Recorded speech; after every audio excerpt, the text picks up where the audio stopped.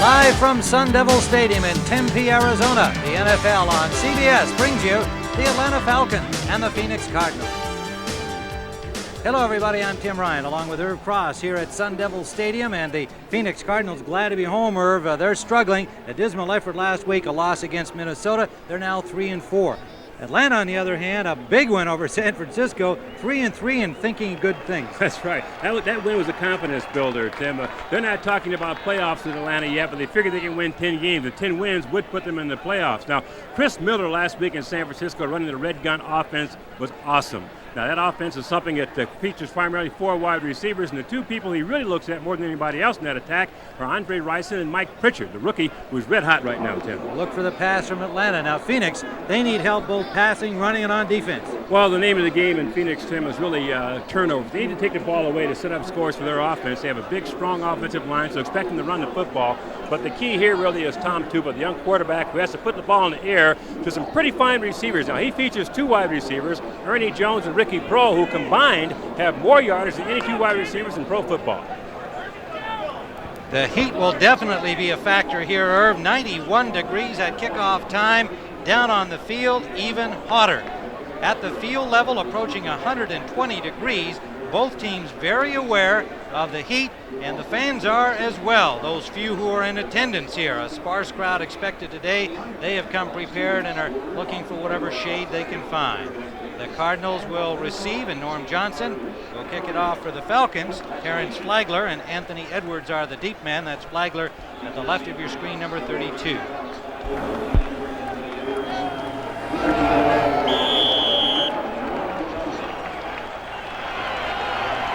Cardinals will have the ball first here in their home game scene at Sun Devil Stadium. Johnson's kickoff taken deep and not brought out by Flagler, so Phoenix will start from the 20-yard line. Tom Tupa playing for the injured Tim Rosenbach, gone for the year, and Tupa's had some good moments, some difficult ones, but they feel he's getting better game by game. The former Ohio State quarterback came here as a punter initially. Luis Sharp, Willie Williams getting his first start at left guard. Lewis, Smith, Robbins, and Walter Reeves, an otherwise experienced offensive front with the exception of Williams. Johnny Johnson will be the running back. Tim Jordan is the H-back. Jones and Proehl are the starting wideouts, and what a pair they are. Johnson on first down for a gain of about 3. Johnny Johnson, who had a sensational rookie year from San Jose State, overshadowing the number 1 pick, Anthony Thompson. Now they've got 2 good ones. Bryan, rookie Mo Gardner on the nose. Tim Green at right end for Atlanta defensively. The linebackers are Lyles for the injured Michael Reed. Rady just back a week ago off an injury. Tuggle and Darian Connor. McKyer and Sanders on the corners. Scott Case and Brian Jordan, 2 tough safeties. Second and 7, pardon me, after the 3-yard pickup.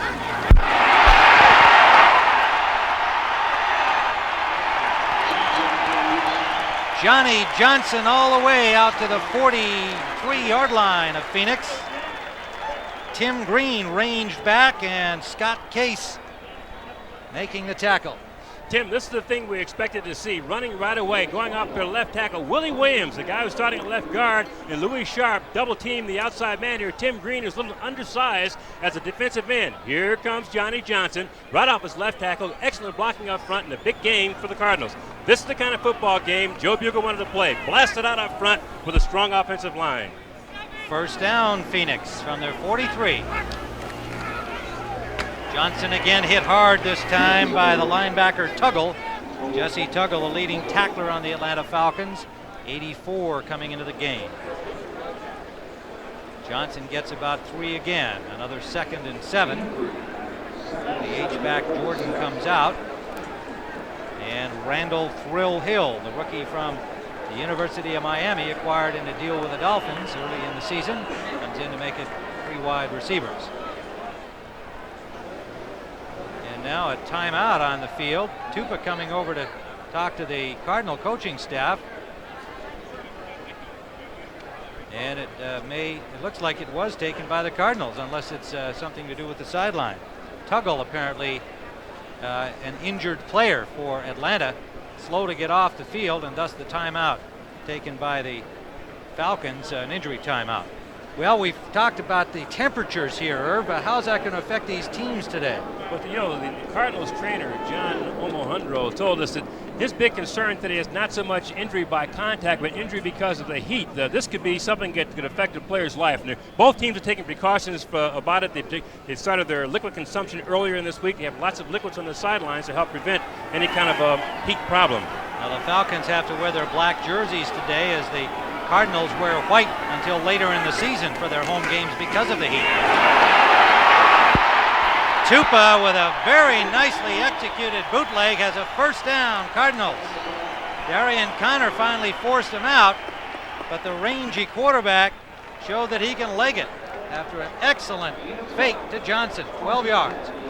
Tupa is an excellent quarterback on the move. This is a fake. It's a run all the way. They wanted to get number 56, the linebacker Darian Connor, to step inside. He does that, and Tupa rambles outside. Tupa's not a speed type quarterback, but he does run well. He does throw the ball well on the move, and you'll see lots of plays like that from him today.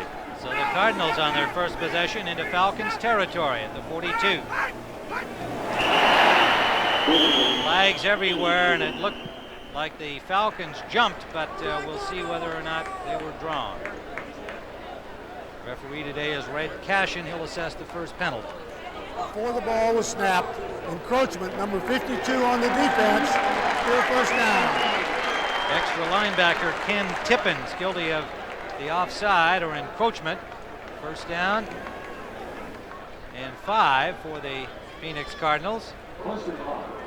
Tim, the Falcons have a defense where they feature 11 men on the line of scrimmage, and the 2 inside linebackers get right up on the ball. Tippins is one of those linebackers, and it looked to me at that time when he jumped offside, they were in that blitz-type formation.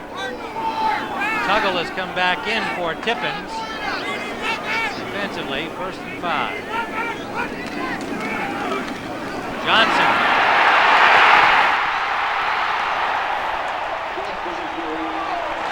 Johnny Johnson just tripped up by Scott Case, or he would have been in the end zone. 22 yards, another Cardinal first down. Johnny Johnson does a good job cutting back here, Tim. The key here is the center is able to control the man right over the ball. Watch this. You see him cut off that block? He's able to control the nose guard, Mo Gardner, and Johnny Johnson cut off of that and ripped upfield for a sizable gain. And it looked like it might have been Tuggle, the guy that got just a hand on him. Or he'd be in the end zone. They're at the 16-yard line. Johnson again. This time he stacked up. A flag is down. He got maybe a yard before he was stopped and a flag was thrown. And the offside signal against Atlanta. Offside, number 54 on the defense, still first down. That's Lyles, Robert Lyles, a former Oiler. Tim, what you're seeing is a classic mismatch. The Cardinals' offensive line averages close to 300 pounds. The defensive line for the Atlanta Falcons is about 50 pounds lighter, and Bugle is simply hammering it out with that big beef. He's got 47 yards of rushing from Johnny Johnson so far. 5. Johnson again, and he squirms through inside the 5 of the 4-yard line before Scott Case pulled him down. And they have been running very successfully behind the rookie Willie Williams with Louis Sharp. So that's credit to Williams, who hasn't played at guard all year. He looks very impressive. He's a big man, though, Tim. He's about 300 pounds, 6'6" or so, but he's a very smart football player. He's on the practice squad here with the Cardinals, but he's played guard, he's played tackle, but he's a guy with good feet, and he's a tremendous drive blocker. And right now, he's playing at the top of his game, even though he's starting for the very first time at that position. Atlanta has brought in big Torrey Epps, a 280-pounder now on this goal line defense. Johnson is dropped behind the line. There was nowhere to run straight ahead. Scott Case with a sure tackle, dropped him for a loss of 3. You'll see a lot of plays like that out of Scott Case, Tim. This guy comes to hit. I mean, he's a tremendous tackler in the secondary for the Falcons. They're all aggressive football players back there, but this guy, the name of the game for him was to have contact. He likes to get up at the line of scrimmage, makes a lot of big plays. A few weeks ago, he had a sprained foot that he had suffered in the Raider game, but played right through it, and here he is now making a key play for the Falcons. Donaldson and Butler into the secondary as the Cardinals have sent in Randall Hill as an extra wide receiver, number 81. Round six! Squeeze in!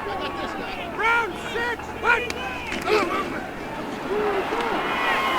Tupa under pressure from Rick Bryan, in effect threw the ball away in the general direction of Randall Hill. What you have here, though, Tim, is 11 men on the line of scrimmage. This is something they call sticky Sam with the Atlanta Falcons. They have 11 guys coming. Somebody's going to break free. You just simply don't have enough linemen to block them. And here's what happened. Here's right here. You'll see that you've got 11 men on the line of scrimmage here for the defense. What they want to do is have this man cross and come right up the middle, put pressure on Tupa, and that's what he saw immediately. As soon as he takes his first step, he felt the heat. 3rd and goal now from the 7-yard line. Round 6!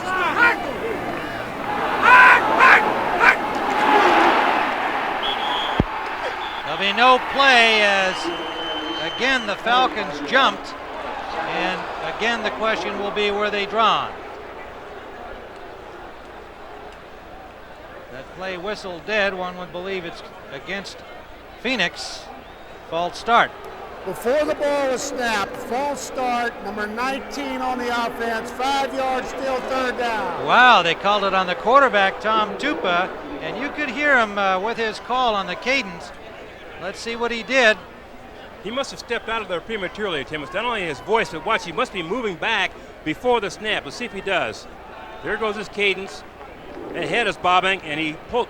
That looked pretty good from the backside. Well, I think it's that head bob will get it for you too, though. Yeah, the head bob did it, yeah. They're back outside the 11-yard line, 3rd down. Tupa, and he overthrows the intended receiver, number 86, Ernie Jones.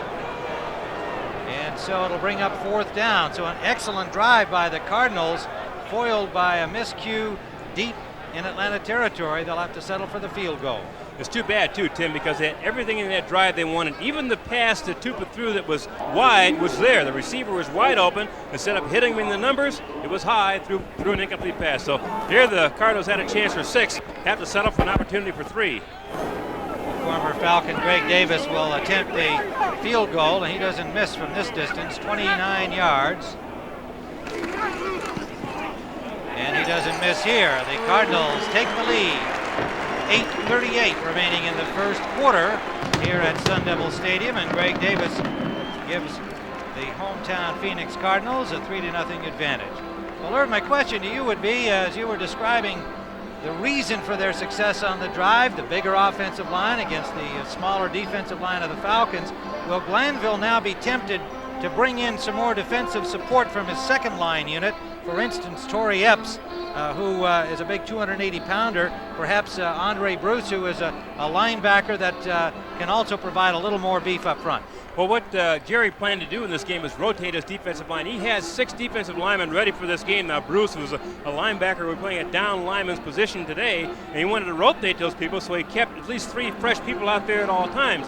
Right now, what he's finding is that his starting unit is a little undersized for this Cardinal line, and frankly, his backup line of 3 defensive linemen are even smaller. So all he can hope for is to keep them fresh and perhaps maybe have them continue to react to the ball as they have in the past. Right, the biggest of the backups is Oliver Barnett, and he's got a bad ankle, 290-pounder, and was unable to play last week, so he's not 100%. Well, there is Neon Deion Sanders, who now claims he doesn't like that nickname Neon, but he'll have a hard time shaking it, especially when he runs 100-yard kickoff returns back, as he did last week. Ever dangerous, and you wonder whether on his mind right now is let's get a touchdown and then think about what the Braves are going to do tonight. He is thinking about the Braves. He told me last night, he said, Herb, I wish I were playing in the World Series, but I'm here to play football, but I knew those guys from the Braves would pull it out. Well, they kick it away from him, but they get the lateral right back to him. Good coverage by the Cardinals. Brian Jordan caught the kickoff and immediately lateral to Sanders. but the Cardinals stop him at the 20. Chris Miller with Jerry Glanville and his cowboy belt buckle there on the left will lead out the Falcons offense. Passing at 54% on the season. An experienced line as well. Ken, Hoover, Dukes, Freilich, Chris Hinton, Mike Ruther, the tight end, is a backup who's really an interior lineman, but Gary Wilkins is on injured reserve. Pegram will be the starting running back, and the red gun receivers, the rookie Pritchard with Ryson, Haynes, and Collins, and that is an awesome group. This is a potent offense, Tim, because they have all the weapons they need. An outstanding quarterback, an experienced and deep offensive line, and swift wide receivers.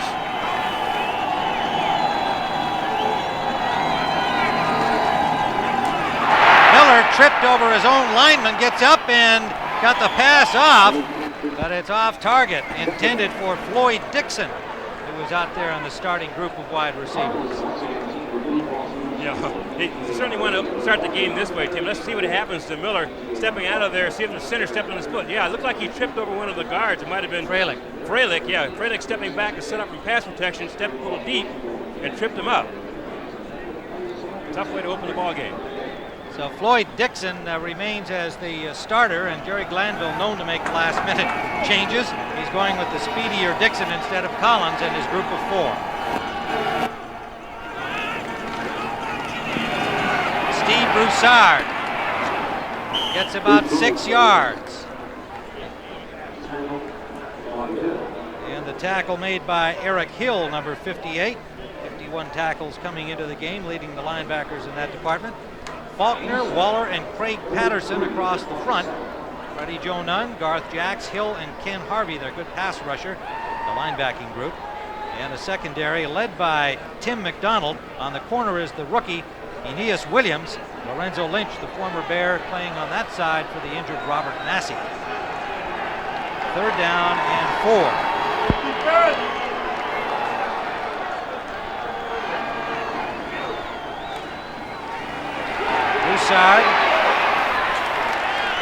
Broussard appears to have the first down. The ball came loose, although it looked like the play had been completed, and up they come swinging.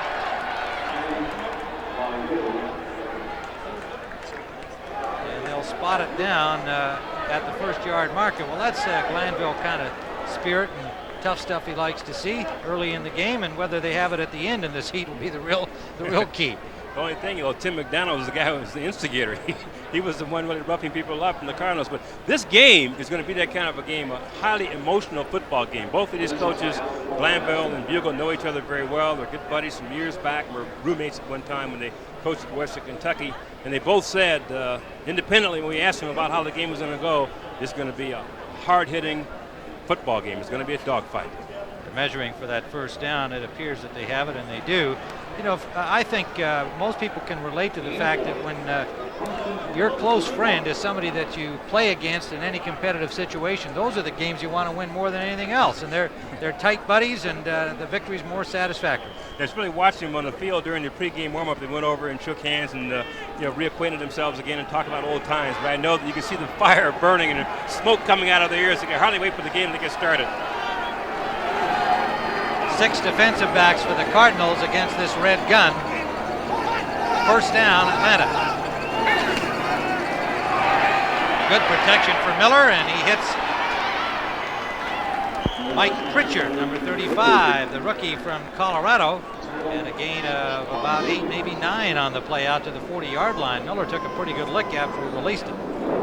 Really unusual play, though, Tim, with 6 defensive backs on the field. Somebody was assigned to Mike Pritchard coming across. Now, the Cardinals were in a zone defense, but as he came across that shallow zone, one of the linebackers should have picked him up, and they continued to drop deep, and he ran under it. Now, the key here is that when the quarterback stops, you stop your drop as a linebacker. If he goes back 5 and stops, you go back and stop when he stops. That's how you monitor your distance as a linebacker. 2nd and less than a yard. Chafee is in at fullback. Will they throw here? No, Chafee with a huge hole.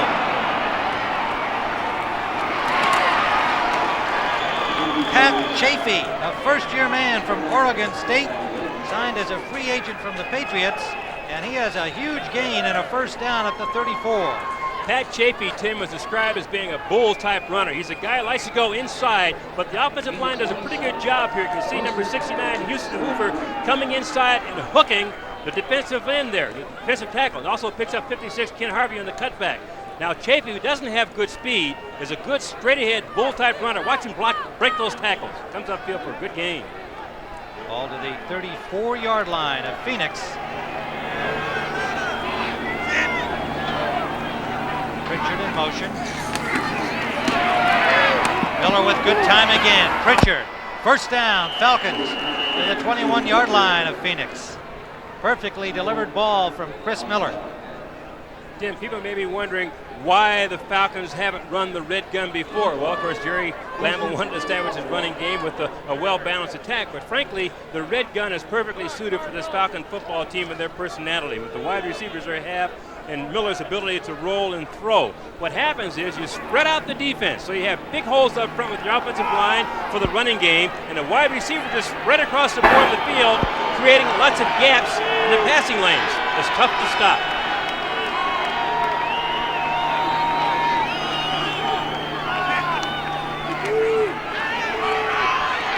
Perfect strike for Pritchard. Touchdown.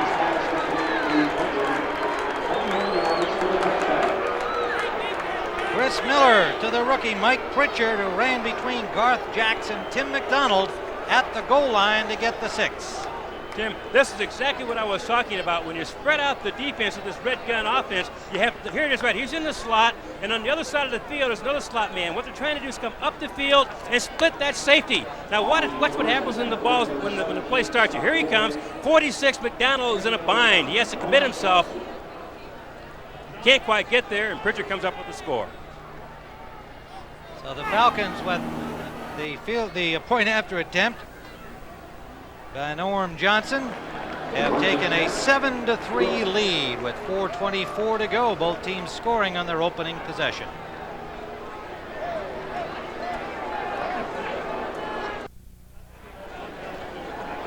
Tim Ryan with Irv Cross at Sun Devil Stadium. 4:24 remaining opening quarter.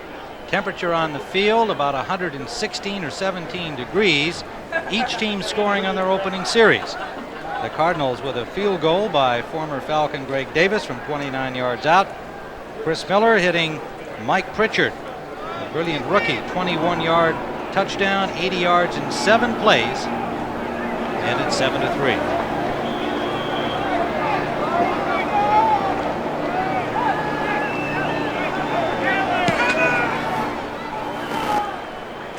Anthony Edwards, stepping in front of him is Flagler, and Flagler gets out to the 13. The ball comes loose. It's knocked into the end zone, recovered by the Falcons there. Now it was knocked forward into the end zone, will probably not be a touchdown.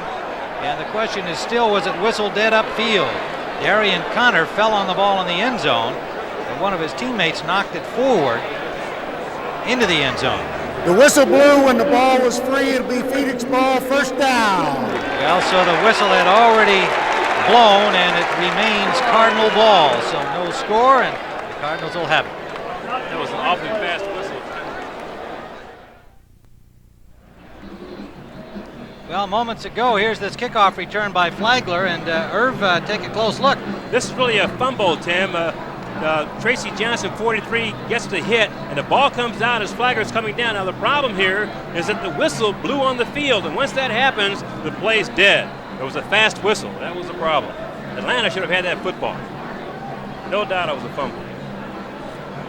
But it is Cardinal ball because the whistle had ended the play, and so Phoenix will start from their 13-yard line. First down, trailing 7-3. So a break for Phoenix there.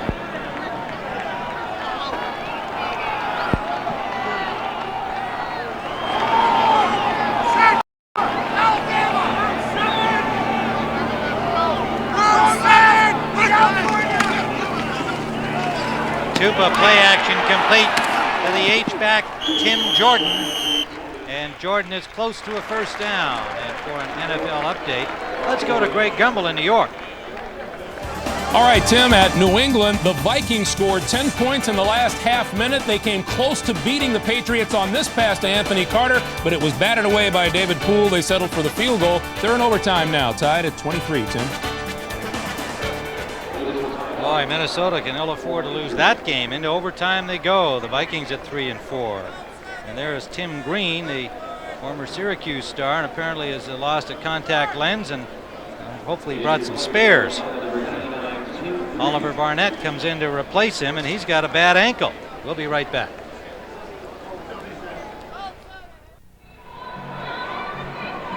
Two old buddies, Joe Bugle and Jerry Glanville, coaches together back in college days, still fast friends, but great rivals today. Yeah, they were on the staff at Western Kentucky. Tim Bugle was the offensive coordinator, and Jerry Glanville was working as a graduate assistant, making $50 a month. And he stayed with Bugle and slept on newspapers in Bugle's cabin. Cardinals on first down. Johnson gets about 2 yards. It'll leave 2nd and 8.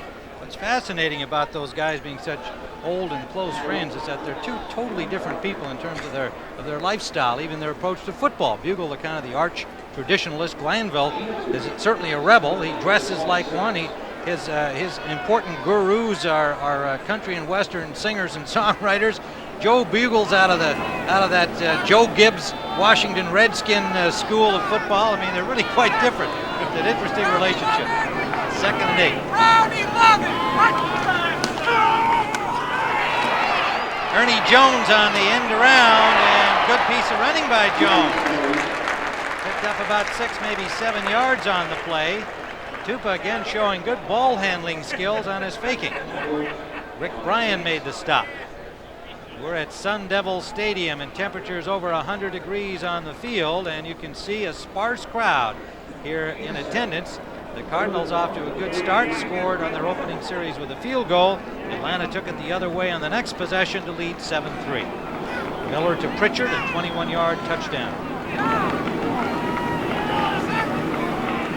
3rd down, less than a yard.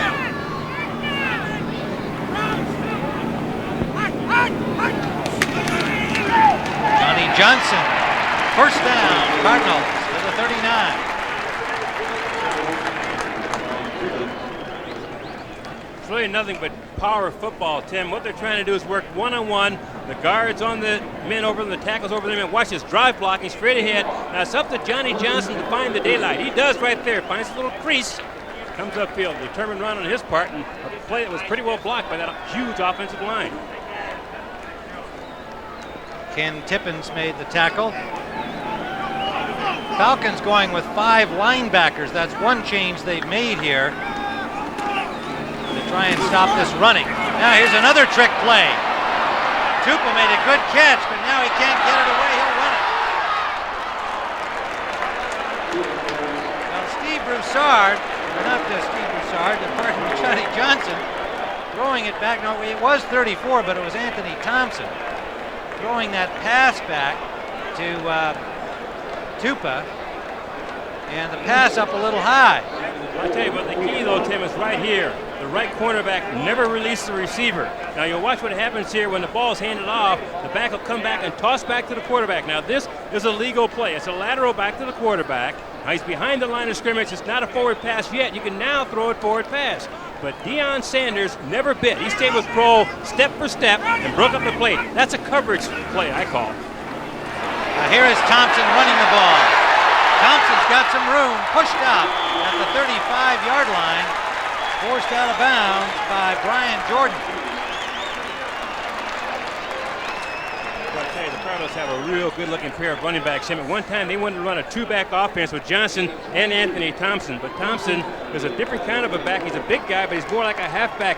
You'll see him as he cuts off tackle here again. Good blocking up front. Everybody firing out one-on-one. Good drive blocking. Move that defensive line back. They get the penetration they want. They get the movement, and Johnson simply slides out of that. People today wonder why teams don't run sweeps today as they used to years ago. That, in effect, is a sweep. You start off tackle, and you bounce it outside to get outside. 20-yard gain. Thompson again. Gets about 5. Thompson in, giving Johnny Johnson some relief, and Thompson, of course, their #1 choice a year ago. Darian Connor on the tackle, and the gun sounds ending the first quarter. So well played first quarter of football here in Phoenix. 7-3 Atlanta. Clock Eastern here on CBS. 2nd and 5 at the 30-yard line of Atlanta. Johnny Johnson. And he'll be just short of the first down, it would appear, by about a half yard. Number 39, Johnny Johnson, back into the ball game. Jordan, the H-back, comes on, and Randall Hill, number 81 wide receiver, comes out. Tim, the thing that's impressed me about the way the Cardinals have moved the football so far is that a lot of the running has been off their left side, featuring Willie Williams, who's starting for the first time as a guard. He's a 300-pounder, but he and Louis Sharp are doing a great job controlling that side of the line.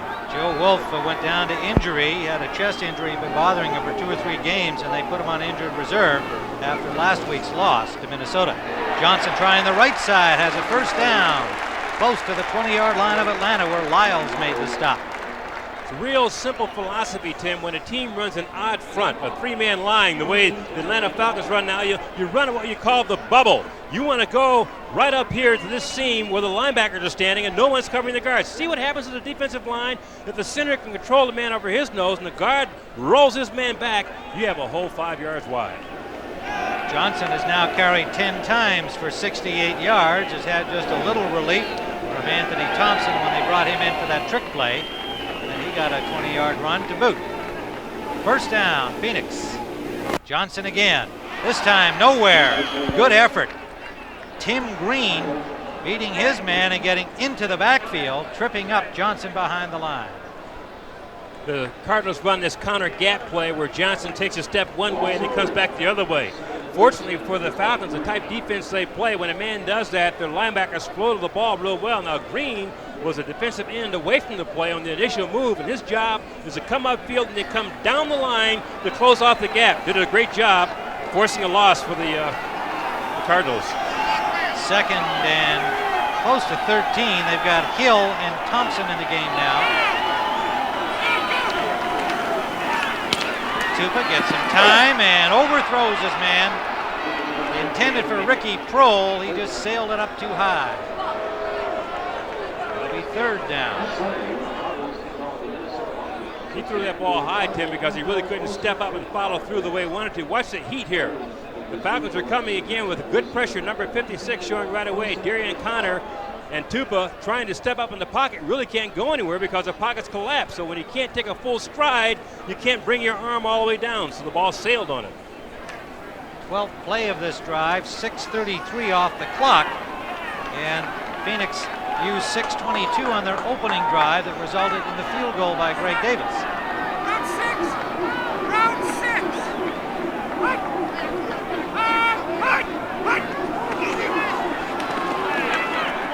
Tupa complete. Randall Hill, first down and goal to go inside the 10. Randall Hill, I'm sure, is really excited about that reception, Tim, because he has a little thing going with Tim McKyer, number 22. McKyer is a veteran defensive back who's experienced, who does an awful lot of talking, which we all know. But apparently, when Randall Hill was at Miami, he and McKyer had words there. McKyer said, "I can hardly wait to get you when you come to the pros." Well, Randall Hill made his first catch against McKyer. I'm sure he's pretty excited about it.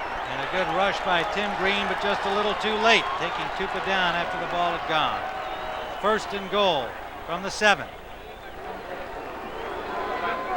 Thompson, spin move to the 3-yard line. Anthony Thompson, second-year man from Indiana. Scott Case made the tackle with help from Mo Gardner. Well, if you talk to the Cardinals about everybody on the team, I think you asked about what goes on down there in the red zone. Yeah, well, Bugle says all we have to do is execute. You know, we get down there, we make mistakes, and we blow it ourselves. What we have to do is come up with some kind of way of eliminating mistakes. In the last 5 games, you can see they've only scored 2 touchdowns there inside the 20-yard line. Well, they've got second and goal here.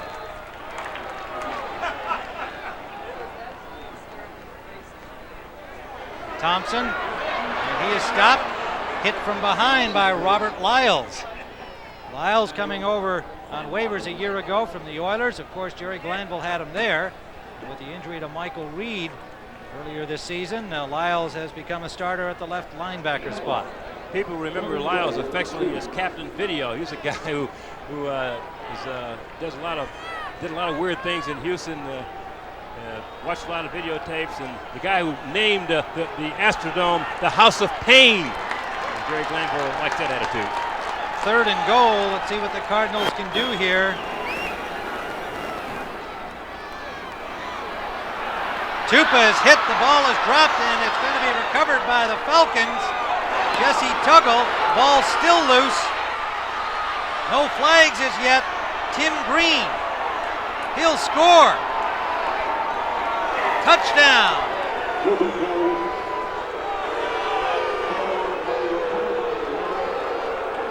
Tim Green going the distance. After the ball came loose, Tupa had the arm up. Did not get a forward throwing motion as he was hit. And again, the Cardinals fail in deep. This is what Bugle was saying. We self-destruct down there inside the 20, but the pressure here, there's a blitz coming from the inside. Number 40 makes an initial hit right now. Brian Jordan. Right now, Brian Jordan forces the ball out of there. Now the Falcons alertly pick it up, try to make something out of it. The ball still isn't under control. And number 99, Tim Green, finally picks it up.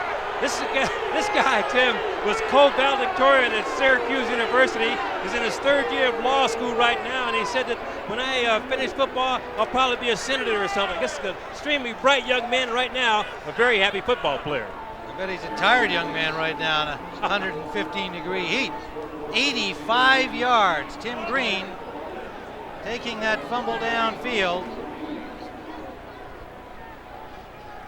And the replay official, Cal Lepore, is having a look at it.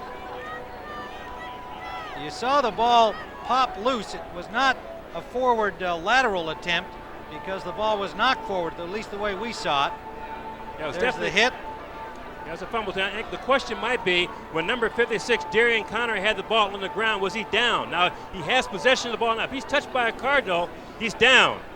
Now see, so that's the question right now, I think. Should the ball be dead there? Is that or a will he be allowed fumble? to pick it up? Right. Yeah. Were there 2 fumbles on the Two play? fumbles, right. But it seemed, it looked, again, live and on the replay, that the ball came loose before he was down. Yeah, that in that case, it's the fumble, and he can pick it up and advance it. And Tim Green, the guy who picked up the loose ball, taking it all the way, and Cal Lepore is taking a look at it in the replay booth. Tim, the thing I like about Tim Green's approach, another Tim. We've run into a lot of Tims in this football season, but Tupa again being hit, coughs it up. The thing I like about Tim Green's reactions, he didn't hesitate. He picked the ball up and zip, right now took off with it. Oftentimes you help the officials make judges by doing that. Had he taken the ball and sort of sauntered around with it, they might have said down right here, but he didn't. Right away, pick it up and take off with it and let the officials make a judgment after you walk through the end zone. That's the way you play football. Well, and you can see Connor tried to do the same thing, but he got tackled and the ball came out, and Green picked it up. We have 2 minutes, gentlemen, from the time the whistle blows and you ask for a replay to make a decision. I'm talking about the officials. That's the rule, and this may be a little longer than 2 minutes because they've got lots of things to consider. Jerry Glanville down there is, probably thinking the same thing that you're saying. Come on, guys. Of course, he doesn't want to lose that 6 points. Well, he also doesn't want to lose the momentum his team builds up. They're bringing it back. Following a review by the replay official, the play on the quarterback is ruled as a fumble. The first player, however, was down. It'll be Atlanta's ball on the 20-yard line, 1st down and 10. Okay, they're bringing it back because they did rule that once Darian Connor went down, he was contacted by a Cardinal player. He was down there before he fumbled it. So the ball's dead at the 20. Here it is right here. He's down. Yeah, sure, it's a good call. He hits the ground before the ball comes out, and the ball should come back to the 20-yard line as it does. In this case, instant replay worked out to be a tremendous asset. Falcons 1st and 10 at the 20. So Atlanta has the football, but they have lost 6 points from the scoreboard. 1st down at their own 20-yard line. 7-3, Falcons lead.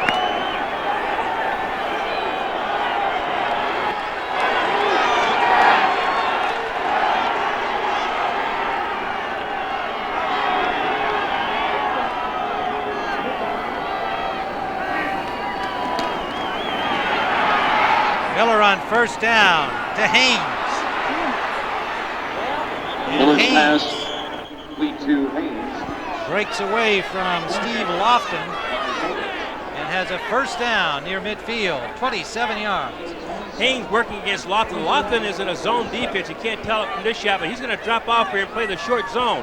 Haynes smartly drives him off, and comes back under it. Now the problem here is you have 2 deep safeties in the middle of the field. Once you break down the corner, you can pick up sizable gains like that. So obviously the Falcons realize that, beat the cornerback, and then run upfield until the safety reaches it 20 yards away. Lofton, a rookie from Texas A&M, is in there for the starter, Aeneas Williams. Williams was hurt Wednesday in practice. Started the game today. Is out of there now. That one incomplete, intended for Andre Rison. And the coverage on him was Aeneas Williams. Aeneas Williams, Tim, the Cardinals feel is their best cover man. He's a young guy, a rookie who's from Southern University with good speed, good jumping ability. Not very big, but only about 190 pounds or so, but big enough to play in the corner and has good quickness. Tough kid.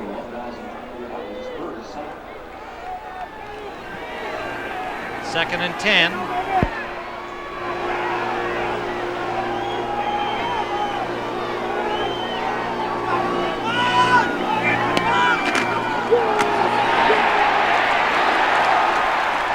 Pat Chafee, nowhere to go. Loss of 2 on the play. And it is Eric Swan, number 98, making the tackle. Swan, who got his first start last week against Minnesota, the number 1 pick. And this week, they decided to start Craig Patterson ahead of him and make sure they got Swan into the game some. Well, he made a good play there. I'm sure they're happy to see him make a play like that too, Tim, because he's a youngster with unlimited abilities. Right now he has a little bit of a bruise on his right hand, has a cast on along his wrist, but he's going to have to play through injuries. He's had a problem with injuries here with the Cardinals. He's learning to play with pain. Third down and 12.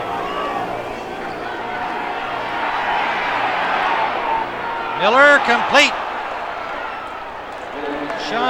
Mike Pritchard, Pritchard all the way down to the 24-yard line of the Phoenix Cardinals. Now they move it back a yard to the 25. Nice catch by Pritchard. Nice catch, Tim, but that was a big-time throw. Again, the Cardinals were in a defense where they had 2 safeties, and frankly, a safety should have been on a hash mark there. But as Pritchard came upfield, he split them. And you see right now they're going through their zones. Now there's a safety deep to your right. Now Pritchard is upfield, and Miller just laid that ball out there in front of him, over the safety, right in the hole. Just a tremendous throw. 29-yard gain. First down at the 25 of Phoenix. Pritchard in motion. Broussard on the draw. Good running by Broussard for another Falcon first down at the 10-yard line. 15-yard pickup. Freddie Joe Nunn finally got him there. Tim, we talked about coaching philosophies. When he asked Broussard yesterday if he was going to start today, he said he didn't know. He had a big game against the 49ers, and Jerry Glanville hadn't yet determined who his starting running back was going to be for today. But Broussard felt he would get a chance to play. He didn't know how much he would play, but he feels he's geared for another 100-yard rushing day. 104 yards last week in the fourth quarter alone against San Francisco. He hadn't played up to that point. Miller on first down. Intended for Pritchard, incomplete. Miller was looked like he was trying to keep that ball low there, and he wound up throwing it into the ground. Second and 10. Line of scrimmage is just inside the 11. 7-3. Atlanta leads. 7:23 remaining. First half. Miller 5 of 8 passing for 98 yards and a touchdown.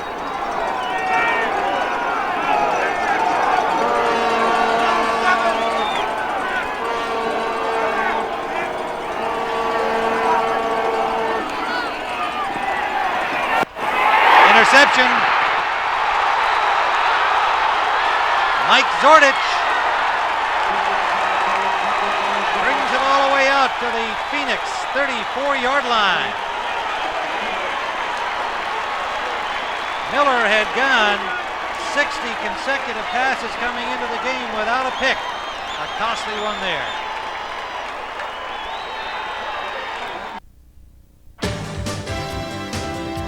CBS Sports coverage of the National Football League is sponsored by Chrysler, automobiles that offer the perfect balance between self-indulgence and common sense. The ingenious products from Magnavox, they're smart, very smart. And by Bud Dry, dry brewed so it drinks light yet satisfies completely. Back here at Sun Devil Stadium, and the interception by the Cardinals, blunting the Falcons' drive. Well, a big play by the Cardinals, Tim, because watch what happens here. Zordich, number 38, kind of drifts into the zone here, and Miller never really sees that. He's anticipating kind of a single coverage here, but Zordich, the book on him is that he has a difficult time with the man-to-man coverage, but it's very good in zones. Well, here he's right here, drifts inside in the hook area, drops off in the zone, and picks it off. Miller never really saw him in there. That's one of the problems teams are having inside the 20-yard line. Teams go into a zone, and they drop off into those blind spots, and the quarterbacks are in trouble. First down, Anthony Thompson. Not much. 2, maybe 3 yards. Tuggle put the hit on him. Miller had gone 68 passes without an interception. So he doesn't throw them very often. He had one bad game early in the year, and since then has gotten back to his usual form. He's not a high interception thrower. But a mistake there, down in deep.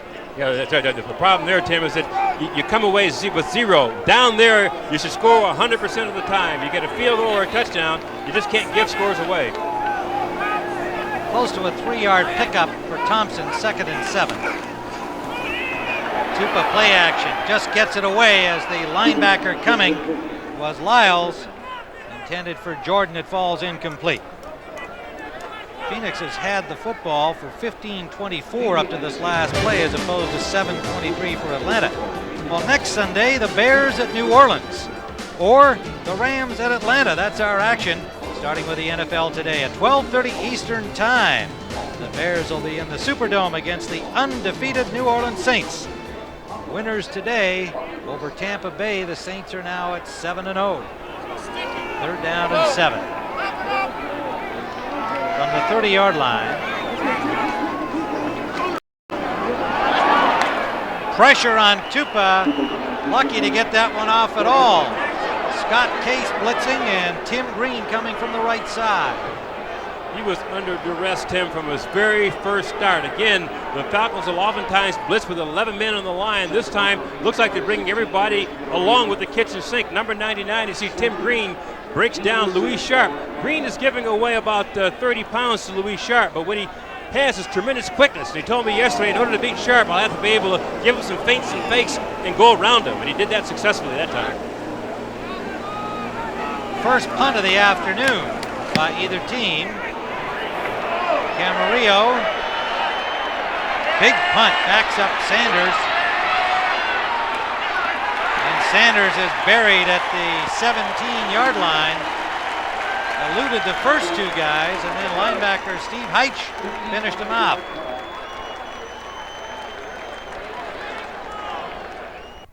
This game summary is sponsored by Bud Light. Tim Ryan and Irv Cross here at Sun Devil Stadium. You can see the Cardinals, Irv, have done what they wanted to do, run the ball, use up the clock, but still they're down 7-3. Well, that big fumble down inside the 10-yard line, they had everything going for them. Looked like they were going in for a touchdown, and all of a sudden, Tupa gets zapped, and the Falcons end up with the football. But that's the kind of football the Falcons play. They're very aggressive defensively. Everybody goes to the ball, and they force turnovers. Well, it's been certainly those 2 turnovers have been the big part of this first half, despite otherwise excellent play on the part of both teams. But 2 big errors, one by the Cardinals and one by the Falcons. On the ball now. Good time for Miller. He's got a man wide open, Rison, and Rison hit after he caught the ball, but he's into Phoenix territory. Lorenzo Lynch got him, but not before he reached the 49-yard line. 32-yard gain.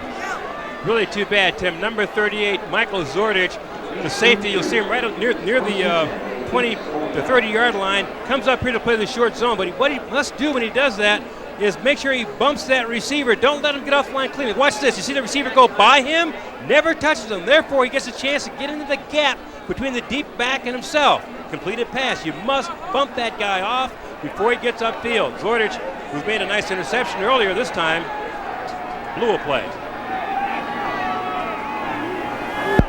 First down, Falcons, Phoenix 49. Pat Chafee, close to 5 out the left side. running behind Hoover and Ken. Waller made the tackle. Help from Ken Harvey. Chafee goes out. Broussard comes in. Really, Tim, the pace of this game is really intense. Both teams are going at a pretty quick rhythm.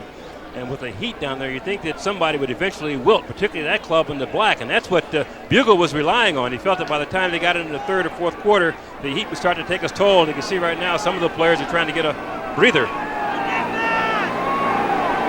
and 5. Rise and the men in motion.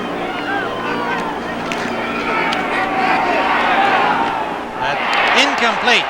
Pritchard couldn't hang on as he took the hit from Jay Taylor. The Cardinals have gone with 6 DBs against this red gun from the start, moving Williams inside and putting the rookie Steve Lofton out on the left corner. Jay Taylor, Lorenzo Lynch, Mike Zordich, Tim McDonald, the other secondary players for Phoenix. Tim, I like plays like that one that Taylor just made. You commit yourself to the ball right away. It's a kind of a thing, it's an attitude defensive backs have. When the ball is in the air, you have to believe it belongs to you. That's how Taylor played that pass. The ball went up, and he went through the receiver to make the play. 3rd and 5. Pritchard in motion this time.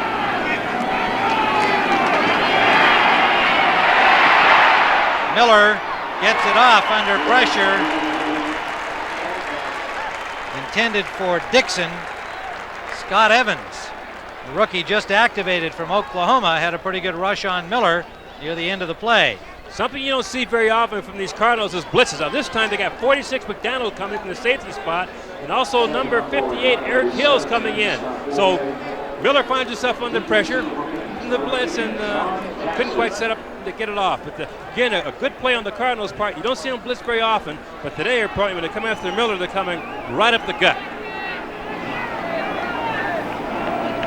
John Jackson awaiting the punt from Scott Fulhag, his first punt of the afternoon. Hits it from the 45 of Atlanta. Fair catch signal, and caught at the 17-yard line with 4:33 remaining. Atlanta continues to lead 7-3.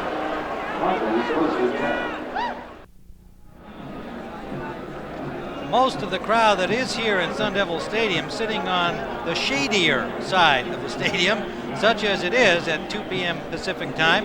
Atlanta leading Phoenix 7-3. Tim Ryan and Irv Cross here in what is now on the field more than 120-degree heat. You can see our thermometer down there on the sideline has gone as far as it'll go.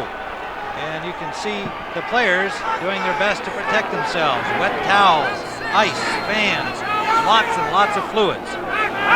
First down, Phoenix, and did they take too long? Tim, talking about the heat down there, let's see what Red has to say. Hey, on the offense, still first down. Delay of game against Phoenix. Going down to the field during the pregame warm-up, I ran into Bill Bidwell, the owner of the Cardinals. He said, Herb, what are you going to do? Go down and check the wind to see what's going on? And I said, yeah, I want to go ahead and check the field. He said, well, if you take some grass and throw it up in the air, it'll probably be burned brown by the time it hits the ground. It's that hot down there. It is hot. It's a scorcher, folks. Now, this is how you survive. You want to play a football game in this weather. That's a big air conditioner. That big blue machine to your left is an air conditioner. And they have this big hose coming out of there with the fan blowing it down the bench. So all the players are sitting along the bench here, but the smart guys really are close to the fan. Not at the far side. You want to get as close to that thing as you can. Well, there's probably been a separate competition going on down there just to get next to the fan. 1st and 15, delay a game against the Cardinals. Tupa gets lots of time and hits his man. Ricky Prohl. First down, Phoenix to the 36-yard line. Against the coverage of Brian Jordan. You know, the Falcons, well, let's see that play again, Herb. Yeah, it's like Ricky Prohl is a precise pattern runner. He's a very smart football player, not great speed, but makes tough catches, like to come inside. But the thing he'll do is maneuver defensive backs around. That's Tim McKyer, who's a pretty smart guy himself, but Ricky gave him the move that he was going inside, broke out of there, picked up a key play. But this guy is a tough receiver, Tim. First down, Phoenix. Tupa gets some time again and once more finds his man. Ernie Jones takes a shot from Tuggle, but holds on, and another Cardinal first down. But a flag down back at the line of scrimmage. Well, the Cardinals have been running it successfully.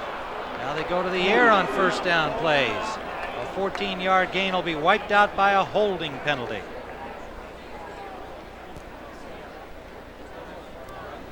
Holding, number 85 on the offense. 10 yards, still first down. Tim Jordan, the H-back for the Cardinals, gets the holding penalty. Tippins and Torrey Epps come on defensively now for the Falcons. Tim, I think what the Cardinals have learned is that if their wide receivers make double moves, they can turn the corners for the Atlanta Falcons. Now, both passes we saw, one to Ricky Prohl, he made a move inside and broke outside, then Ernie Jones, same thing, and the defensive backs wound up being turned around, and they were out of position to make the play. Well, now on 1st and 20, Johnny Johnson gets back about 7. Falcons had to run their DBs back on out there after the penalty, replacing the big lineman. They got there in time, and it's a 7-yard gain for Johnson. It'll leave 2nd down and 13. Ball spotted at the 31-yard line. Darian Connor, number 56, the second-year linebacker from Jackson State, coming off an eye injury earlier in the year. Tupa, that ball is tipped and almost picked off by Deion Sanders on the deflection, so Tupa gets away with one there. They're very lucky in that play as far as the Cardinals are concerned, but the Falcon defensive backs really break on the ball. They all have real quick feet. If you want to be able to judge a good defensive back, take a look at how he moves backwards and how his feet maneuver. They're like twinkle toes back there. Tap, tap, tap, tap, tap, tap, tap. Now the ball really hits the lineman here, number 74, Torrey Epps, right in the chest, and Deion Sanders almost comes up with the play. 3rd down and 13.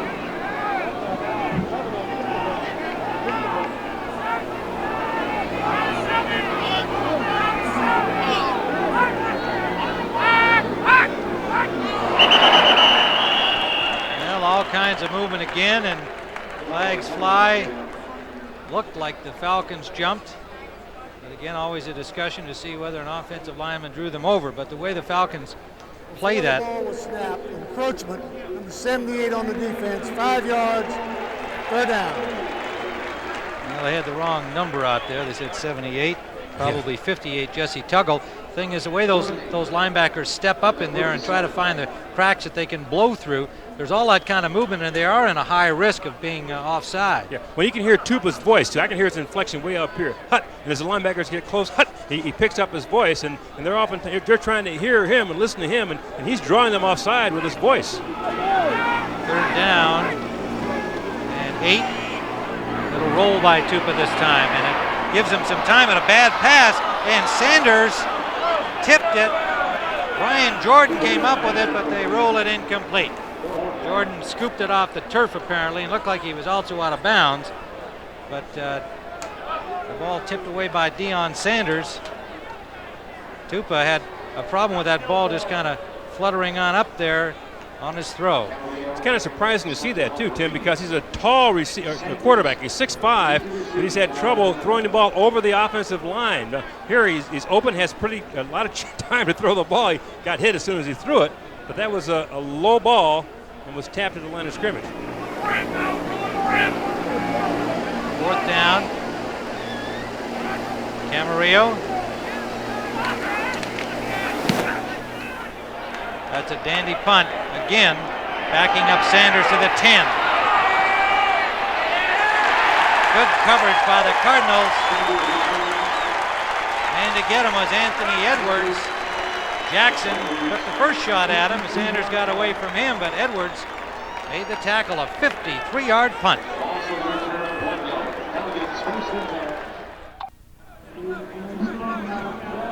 Tim Ryan and Irv Cross with 2:20 remaining first half and a tight ball game. We could have had a little bit more scoring except for those 2 miscues. Well, that's not going to last long. They better eat that in a hurry. I had a chocolate candy bar coming out here from the hotel. I had to stuff it in my mouth. before it melted. I couldn't believe it. Over 120 degrees on the field here in Tempe. Miller on first down. Good running by Chris Miller as the pocket broke down, and he has a first down, Atlanta. Ken Harvey caught him from behind with help from Tim McDonald, the safety. That brings us to the 2-minute warning here at Sun Devil Stadium. The Falcons lead it 7-3.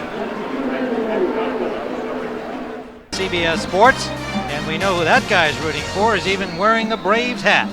Yeah, yesterday he told me that he has his baseball hat he wears on the sideline, but he left it home, so he wanted to know if somebody could go out and get him one so he could have it today to help support his baseball team, and I know those guys.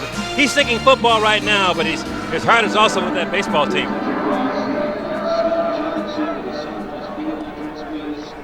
Yeah, one does hope that he remembers to put his football helmet back on when he goes out for the next play. Either that or take a baseball bat with him. Miller came up short. I thought he had the first down. It's second and about a football here. And Broussard picks it up for the Falcons to the 25-yard line. Now, really, Tim, on a serious note with Deion Sanders, he said, I don't want to confuse football with baseball. I don't like to talk about baseball on football game day, so he decided to back off that, but he would wear the hat to honor his club.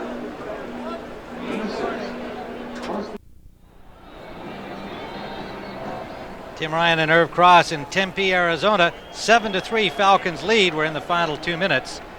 And Jerry Glanville with that big belt buckle he wears, as always, in his full cowboy attire. Joe Bugle had no sympathy for the fact that the Falcons had to dress in black. In fact, he said, I hope Jerry wears his biggest silver buckle so the sun will reflect off into his eyes and make him squint. Now there's love between friends. Yeah, good buddies, right?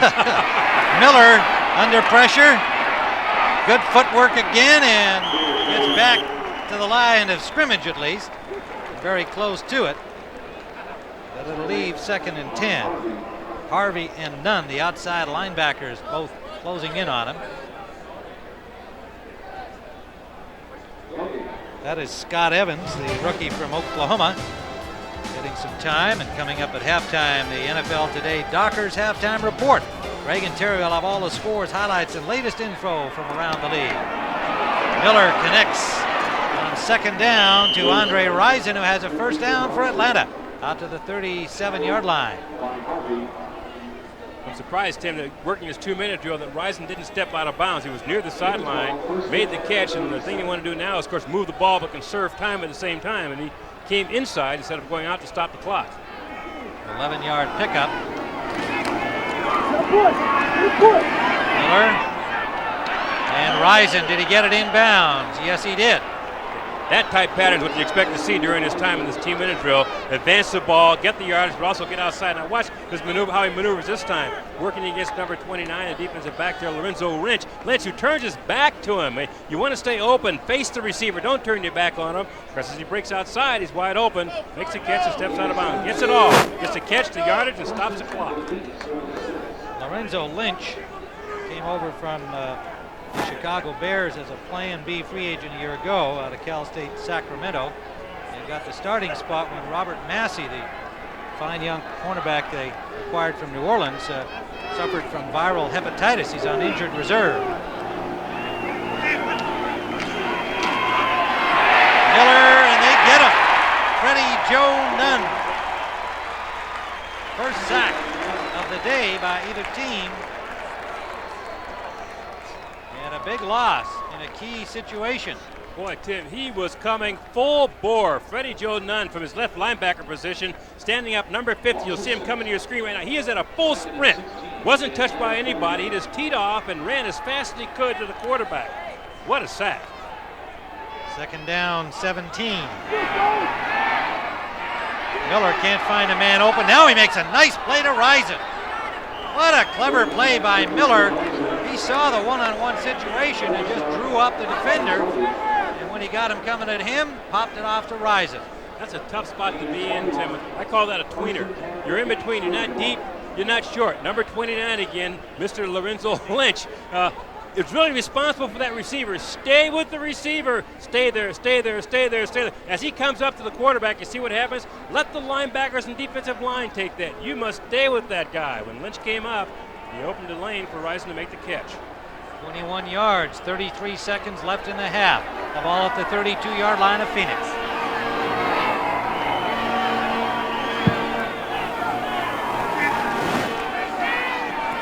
Miller this time a short drop to Haynes. Michael Haynes nearly got away from Steve Lofton.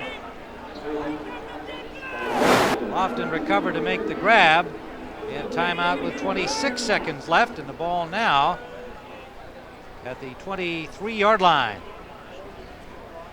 Michael Haynes, and there's Jerry Glanville, who told us yesterday that June Jones on his left is offensive coordinator that he brought over from the Lions when Jones decided if he wasn't going to be the offensive coordinator of the Lions this year in their silver stretch run and shoot, that he would come over here and join Glanville in Atlanta. And in effect, June Jones has got a very similar looking red gun offense is what they call it. They used it some last year, but he's refined it into more like the Detroit look. He has, Tim, but he also has a good relationship with Chris Miller. They have a tremendous rapport. Miller says, well, June Jones wasn't really a great quarterback when he played. He's a smart guy, he's knowledgeable, and he knows the game, and I feel very comfortable working with him. I've learned a lot about this red gun offense working with him. He's really a brilliant coach, and Miller has profited by it. But probably Atlanta fans have noticed a difference from this year to last year in the red gun. The little wider splits in the line. It looks more like the way the Lions run it, and that helps the running backs, as it obviously has Barry Sanders in Detroit. Second down, about a yard to go. And Miller, perfect strike.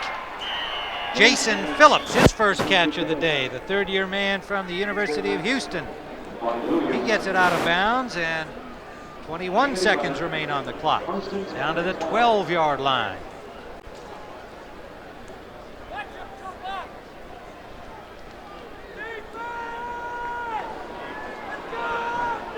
Another little difference from last year for Miller is that Jones has him taking more snaps from center than out of the shotgun. And that gives him that little roll effect that we just saw a moment ago there. And that's also been an effective contribution to the offense. It also helps him with their running game, too. When he's under the center, you don't know if he's going to run or throw. Miller lobbing to the end zone, and it's caught but out of bounds.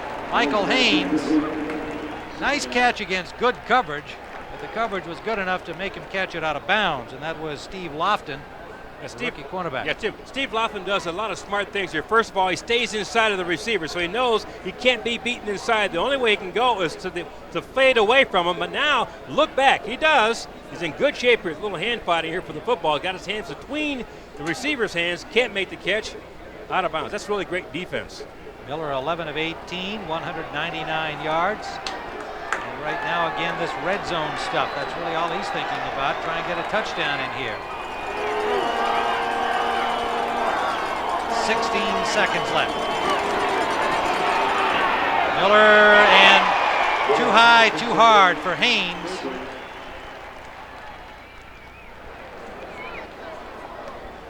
Cardinals change up that time, Tim. The last time we were in this territory, they went into a zone, and you might remember Zordich ended up with an interception. This time they blitzed. Number 46, McDonald, from his safety position, is trying to come upside for pressure, but the Falcons pick it up. They almost get away with it here, too, because young Steve Lofton was beaten to the inside. Third down, still at the 12. 12 seconds remain, first half. Megan Terry will bring you up to date on all of the interesting happenings around the league at halftime.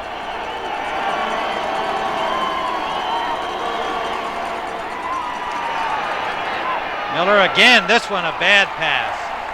The coverage was there, but he didn't really give Rison any chance at that ball at all. That's one of those, did he throw it out deliberately? I think he was trying to get it to him, but well, I think it was a good bad pass. I think he's trying to throw it away. Turned out all right. Yeah, I think he's trying to throw it away. He didn't want to lose the field position he had before. Remember, they were down there before, and he threw an interception. They came up empty. This time he said, get it out of the end zone, throw it away, take the 3, and get ready to the third quarter. Johnson from the 20-yard line, a 30-yard attempt.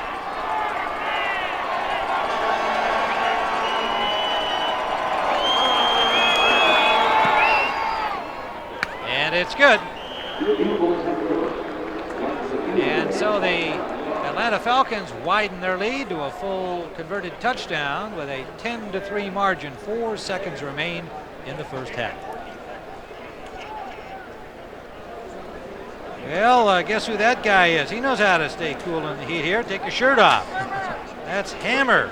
He's the special teams captain. I see he's right in there in a huddle here, Herb. Oh, yeah. With Jerry Glanville, when he appoints a guy, some celebrity, as a special teams captain, he lets him get involved, man. They're 1-0 with him. He was there last week. Well, we tried to find out yesterday from Hammer when we talked to him about what he was going to say to the special teams. He said, well, that's my secret. I'm keeping it to myself. And he's not saying much now either, but he's there physically. He's helping them out.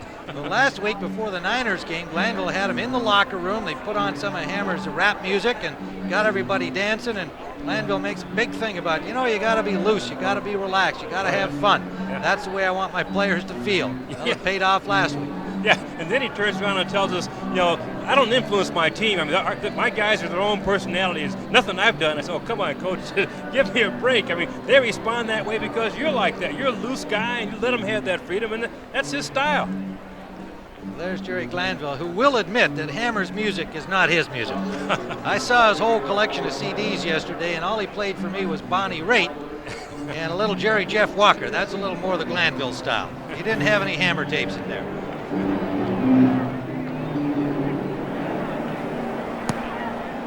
Johnson's kickoff, and a good one. Takes a one-hopper right through the end zone.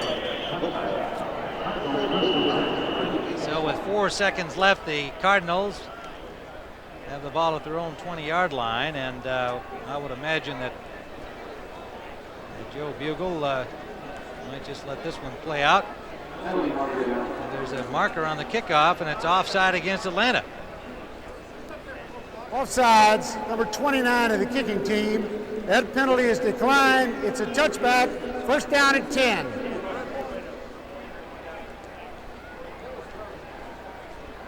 Let's see how many wide receivers Bugle sends out there. If he sends 4, there's a pretty good chance he's going to go ahead and go for the Big Bend routine. But it looks like it's his starting lineup he started with at the beginning of the game, so I guess he's just going to go ahead and run out the clock here. Jones and Prohl and Anthony Thompson, running back, Jones and Prohl. And it looks like they're just going to get this over with, regroup. They're only down by 7 and should make an interesting second half. Well, the crowd didn't like that, but Joe Bugle knows what he's doing. So in the heat of Tempe, Arizona, that's the end of the first half. With the score, Atlanta 10 and Phoenix 3. But we are watching the Cardinals and the Falcons head off the field here with a 7-point deficit. The Cardinals home team down.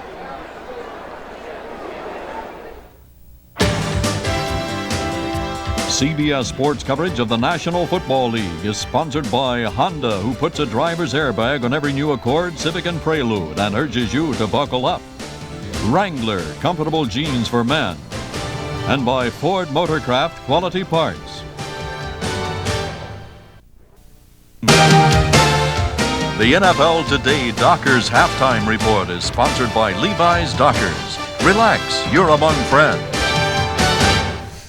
Hello, everyone. Welcome back to our studio in New York. Greg Gumbel along with Terry Bradshaw. Those of you watching the 49ers play the Lions and also Atlanta against Phoenix. Let's run down the scores for you as they're happening right now. 49ers impressive in the first half. 21-3 over the Detroit Lions. They have kept Barry Sanders in check in the hot weather, and you love to see them go for the touchdown on 4th and goal from 11 yards out. Great call, and anytime you got a tight end that can hook the linebacker to the outside, that seals off pursuit to the inside. Sidney gets around there. No one can stop him. Steve Young, 13 for 13 in the first half, 184 yards. He has 32 yards rushing. Barry Sanders has 22 yards on 6 carries. This, the 4-time 100-yard rusher this season. Halftime at Tempe, Arizona, also hot temperatures. The Falcons lead the Cardinals 10-3. Chris Miller and Mike Pritchard, 22 yards for the only touchdown of the game so far. At the LA Coliseum, they have gone to the third quarter now. The Rams leading the Raiders by a score of 10-7. Jim Everett started on the roll with touchdown passes last week. Got one here in the first half, 4 yards to Robert Del Pino for the touchdown. But back came Jay Schrader, and does Jay have a little time to throw here? Yeah, Terry? and it takes a lot of poise to stand here and stand here and stand. Normally you want to force the issue, but Schrader, a lot of poise, stands in there. Galt works the back of the end zone, finds the error. Schrader with the strong arm gets him the ball. By a field goal. It's the Rams right now, 10-7 as they start the second half. Halftime at Mile High Stadium in Denver, the Broncos leading the Chiefs by a score of 13-6. John Elway to Derek Russell for 22 yards. And at halftime in San Diego, a couple of field goals. All that's happened so far, the Chargers and the Browns are tied at 3. Now, earlier this afternoon, the New Orleans Saints ran their record to 7-0 with a 23-7 win over the Tampa Bay Bucks, and the Terry Bradshaw-style boxer short on display in the Superdome. Frank Warren gets Chris Chandler here, one of 6 sacks on the day for the New Orleans Saints. And then Steve Walsh finds Eric Martin 8 yards away for the touchdown. Saints won it 23-7. And Ricky Jackson, how about next week's Bears? I think that we have a very strong team, and a lot of people ain't giving us the credit yet. But after the Bears game, I think we'll wake them up. Well, most of you will see Chicago at New Orleans next Sunday. The NFL Today comes your way 12:30 Eastern Time. Houston at Miami. Dan Marino came out throwing. A tough day for both quarterbacks. It was. Both quarterbacks, Moon and Marino, 3 interceptions apiece. This was the shootout everyone expected, but the turnovers really hurt both football teams. Chris Dishman had a fumble recovery. He's had at least an interception or a fumble recovery the last 6 games. Sammy Smith fumbled into the end zone here, recovered by Houston for a touchback. The Oilers survived. They go 6-1 on the year. The New York Jets beat Indianapolis. You ever throw any flea flickers? I threw a flea flicker once to beat a team, I think. That's been so long, but here's one. Look at the Jets. These things really work well if you can run the football. Teams have to respect the run. Then you throw it back to a quarterback, get a receiver behind the safeties, and there you have it. Colts haven't scored a touchdown in 7 of 8 games this year. Off the field problems for the Pats, but not on. Mike Mays of Minnesota blocks an extra point that looks like it might have cost the New England Patriots. Then, on an onside kick, Solomon Wilcox recovers. That sent the Vikings on the way to a game-tying field goal and into overtime, and Jason Starofsky was the hero. Well, he missed a 32-yarder earlier, then he nails this one. One other note, Rich Gannon, quarterback of the Vikings, 3rd highest pass attempt in one game, 63. Patriots by 3. And at Three Rivers Stadium in Pittsburgh, Dave Craig came out firing. He hits Jeff Chadwick for a touchdown. It was his first action since the opening day of the season when he hurt his thumb. He completed his first 9 passes on the day, and the Seahawks over the Steelers by a score of 27-7. We want you to keep in mind that coming up later this evening, baseball. CBS Sports coverage of the National Football League is sponsored by Pontiac and your local Pontiac dealer. We build excitement. First Brands Corporation, makers of Prestone Advanced Formula Antifreeze. And by Coors Light, the silver bullet is the right beer now.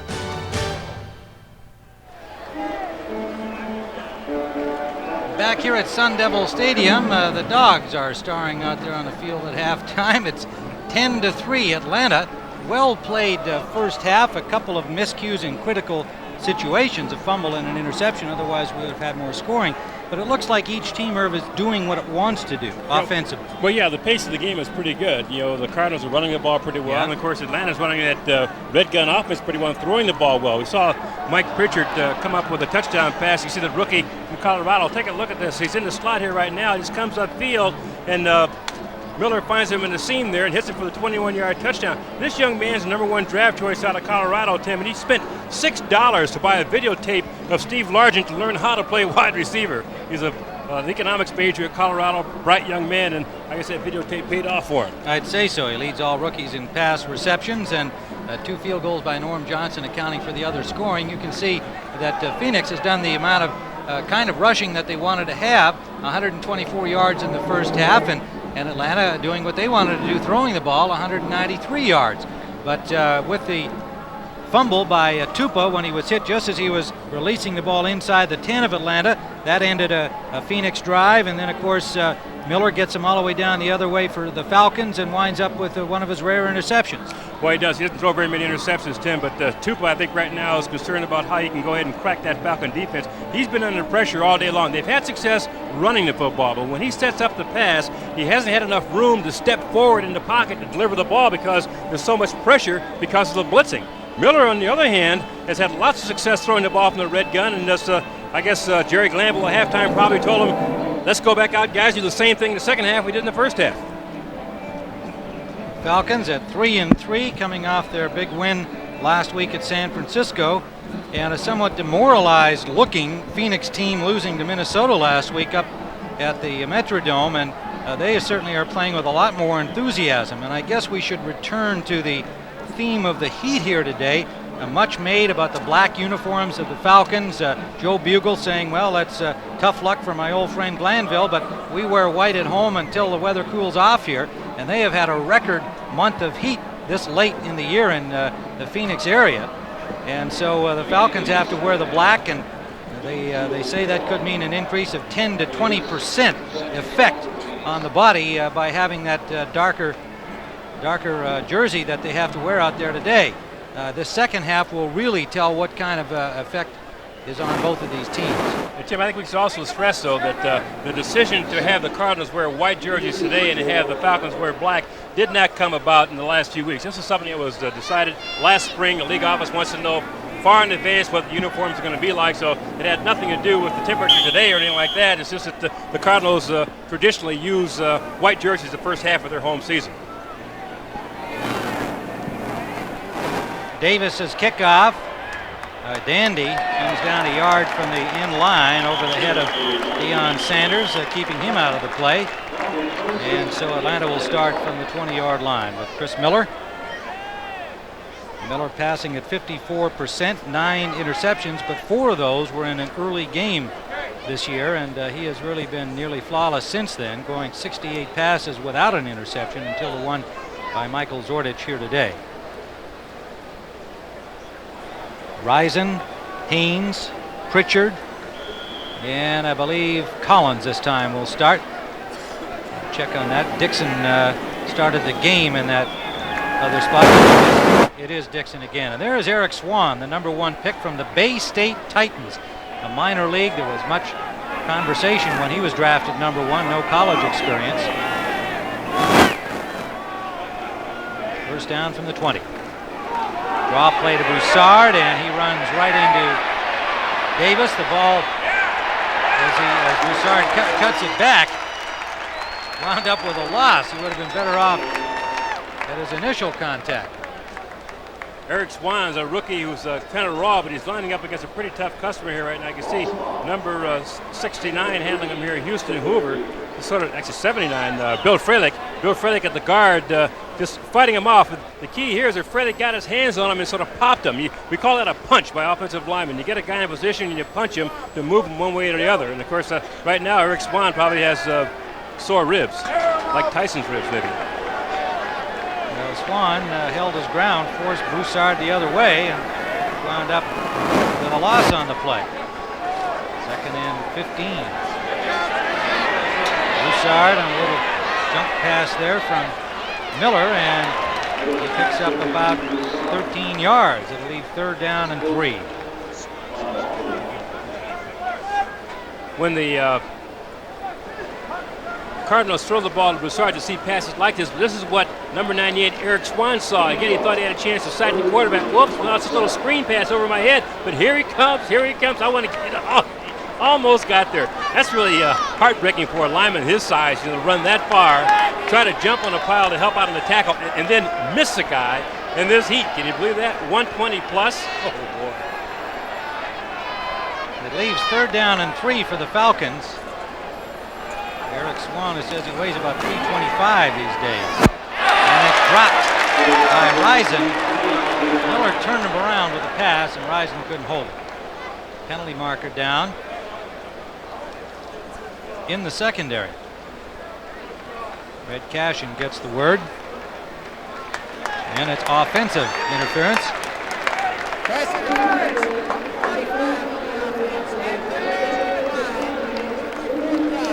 Pritchard, the Colorado rookie. And so that's declined, bringing up a 4th down. And Scott Fulhay again. Jackson waiting for it at the 30-yard line of Phoenix. Just underway 2nd half. 13-11 remaining. Atlanta leads by 7.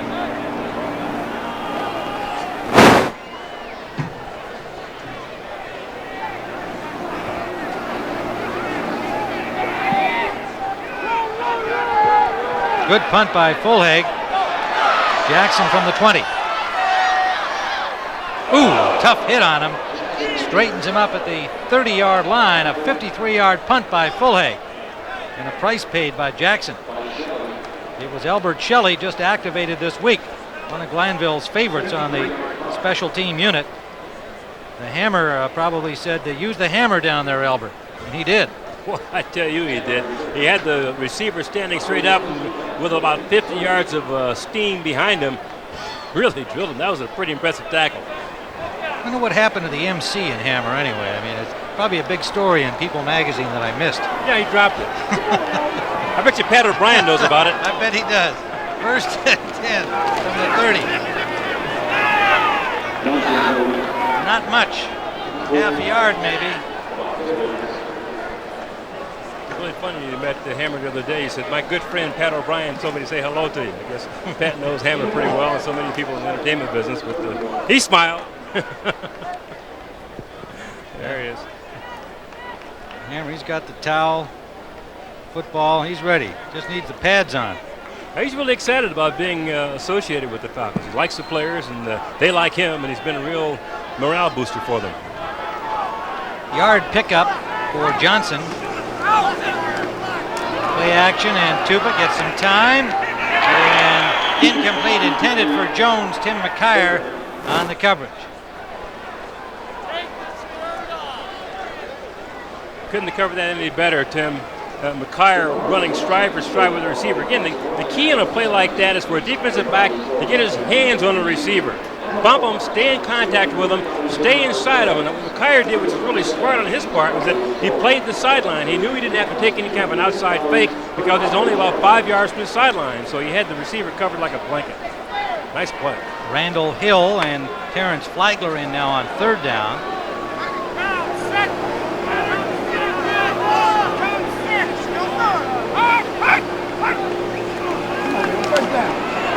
Tupa sacked. Second sack by the Falcons, right up the middle. They blitzed.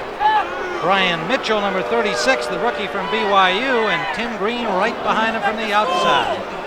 The problem here, Tim, is that they're putting pressure inside. We'll take a look at it. We'll get a chance here after the kick, but they're putting heat right up the middle. You can see over the guard and center. Here comes the pressure. The men on the outside really want to contain him, or where they want to get him is right up the gut. Tupa's a kind of a quarterback who doesn't really move real quickly, so if you can contain him in the pocket, you can knock him down in the pocket quite a bit. Camarillo standing at his 7th. Deion Sanders at the 32 of Atlanta, and Camarillo lofts another dandy punt. Sanders from the 20. Dropped immediately. Cardinals coverage has been excellent. Jackson, John Jackson, reserve wide receiver, made the tackle. Even things up, 8 o'clock Eastern, and we've even got a tomahawk chop of some kind here in Phoenix. That's a little bizarre. But in the sun, people get affected that way. Mike Rozier, his first carry of the game, picks up about 5 yards out the left side for Atlanta. That guy was definitely suffering from the heat. In what way do you think? Well, it's definitely on his head, let's put it that way. Okay.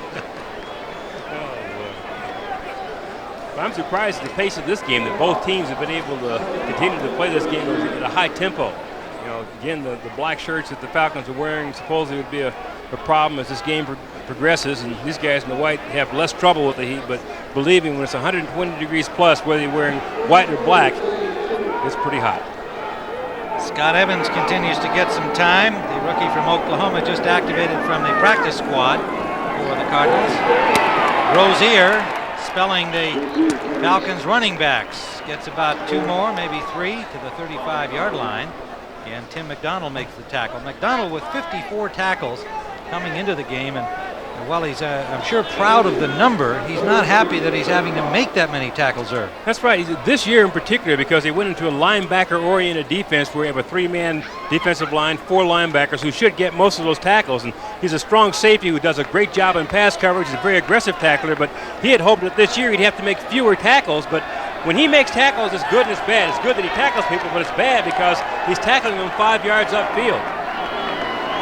Third down, a long 3. Miller with time. Deep for Haynes. And Haynes ran into traffic. A flag comes late. One official saw that as interference.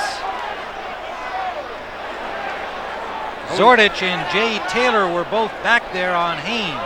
I wonder which way he's going to call it, because Zordich, the safety inside, had inside position, and Haynes is breaking towards the post and really ran into him. But oftentimes they'll call this on the defense. You see, 38 is already there. Haynes runs into him. He has every right to be in that lane. So as Haynes breaks inside for the ball, he's the one who causes the penalty. So the infraction and the penalty should be called against Atlanta. Yeah, Zordich had a chance to catch that ball if Haynes hadn't knocked him down. Sure. That's why he probably did it, because he realized he couldn't get it, and he wanted to break up the interception attempt. Offensive pass interference, number 81. That is declined. 4th down. So he just knocked down the defender. And that's a smart move on his part. You do the same thing on defense oftentimes. If you're beaten for a long pass, you tackle the guy and just take the penalty right there and let the ball go. Fulhag will stand at his 20, and John Jackson backs up now to the 25-yard line, awaiting the punt.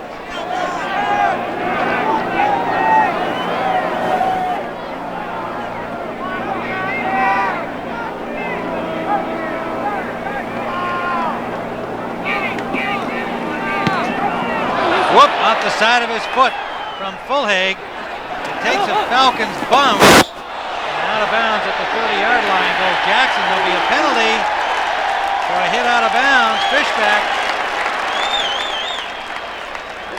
And Tippins, the linebacker, there as well, the guy who forced him out, but I believe it's going to be Fishback. Joe Fishback, a first-year man from Carson Newman.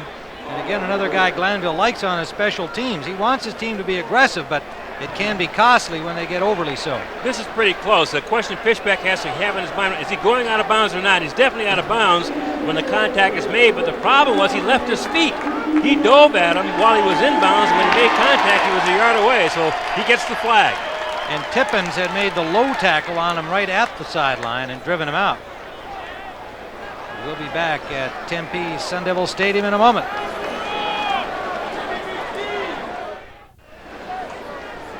Irv, the home team's supposed to know how to deal with this heat better than the visitors, but Lorenzo Lynch is working overtime here. Well, the first thing you do is get a real close haircut. Then you get an ice pack and put that over your head and cover up with a towel. You sit in front of a fan. Now, here's a guy in a black shirt who's as cool as a cucumber and doesn't seem to have any problem with it. Huh? Yeah, put his helmet on, too, standing on the sideline. Figure that out. Chris Miller. And this concession is certainly doing some business today. These are the guys who really hurt. I mean, the big guys, the 250, 260, 270, 300-pounders, you know, and they have to go full tilt. And it's an interesting picture there. They've even got a split on the bench. You notice that? Now that's coaching. They're really programmed, aren't they? That's right. Yeah. He's got the center and the guards, the tackles, you know, and they got the proper wide splits. They have to get the running back and the quarterback behind them. They'll feel right at home. That offensive line of the Falcons, a very mature group, and they've been doing a good job. Mike Ken has had an outstanding year. He's been bothered by injuries the last couple of years, and a few people at age 35 wondered whether maybe Ken couldn't go much farther, but he's had 6 consecutive games against some outstanding rushers and has kept them off Chris Miller. So he has not given up a sack this year, Tim. This is unbelievable. Well, we've got an NFL update for you. Let's go to Greg Gumbel in New York. All right, Tim, at the LA Coliseum, Jim Everett to Vernon Turner across the middle, and watch him fight his way into the end zone, 19 yards for the touchdown that breaks a 10-10 tie. The Rams are up 17-10 in the third. Tim? Well, thank you, Greg. The Rams, who struggled early, coming on a little bit. Jim Everett getting it together. Well, the scoreboards are out if you wondered what the delay was here, and so they've gone to the hand timers on the field, and we're ready to play ball. Tupa gets some time, and he lets it fly. It comes up short, picked off by the Falcons. Tim McKyer, the ball underthrown, intended for Ernie Jones, who had McKyer beat. Now McKyer, no doubt, will make that sound like he made a heck of an interception. But Irv, you could have got that one even today. I don't know. But I tell you, McCarr will say, I knew the ball was going to be short. That's why I was trailing him by 3 yards.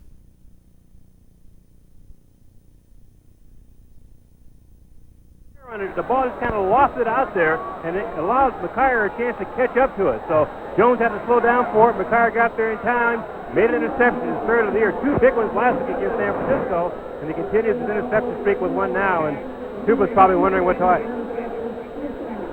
Well, the heat has had a terrific effect, as you've noticed at home, because we have lost our picture along with the scoreboards that just went out. And that is due to an excess of heat. And we've now been able to punch up a picture for you here and bring you back to viewing the game. And it's first down where McCarr made that interception. Falcons starting from their 7-yard line. Mike Rozier digs it out over the 10 for a gain of about 5. Tim, you find turning points in the game. Now, this is going to be a real test for the Cardinals right now. Their defense has to stop the Falcons down here now. If they can get the ball, with the Falcons having to have to kick inside their 20-yard line, they'll get the ball somewhere around midfield, which will put their offense in good position. If the Falcons drive out of here with a long drive and come up with 3 or 7, they can really turn this game. So I think the pressure right now is on this Cardinal defense to come up with the big series to stop the Falcons right here. I think you make a really good point, Herb, because they've got them in deep here, that you could consider that just another punt play if you take the right attitude and try and get the ball back. Broussard, he gets only a couple, maybe 3. So here is a big third down play coming. Well, the thing I like about this, though, a couple of things. First, number 98, Eric Swan, the rookie with no experience, is doing a pretty good job. And you see him inside, takes on the guard, and throws him off, and slows down the receiver. Here comes Tim McDonald. Remember, Tim McDonald's a strong safety, but oftentimes in many defenses, he'll play like a linebacker. He's a big guy, a big safety, about 215 pounds. Likes to hit. Swan came up with a good play there for him. Third down and 3. This is a big, big play for Phoenix.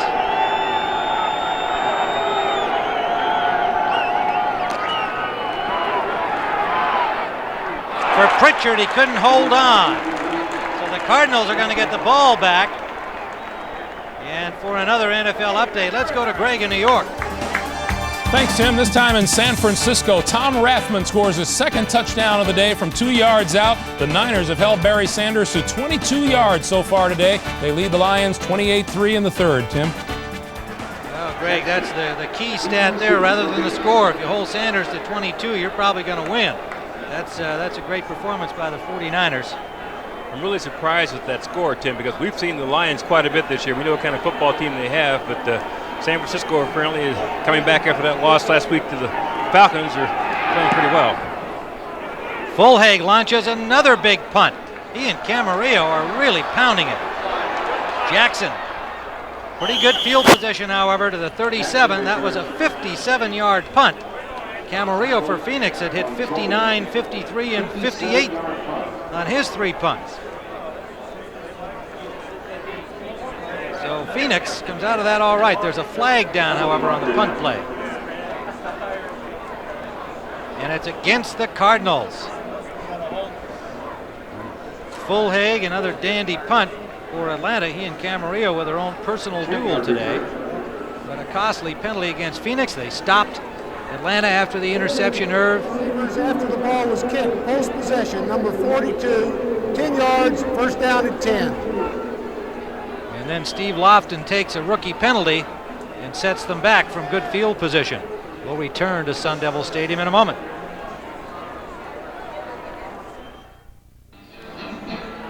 I told you that heat was affecting people here today.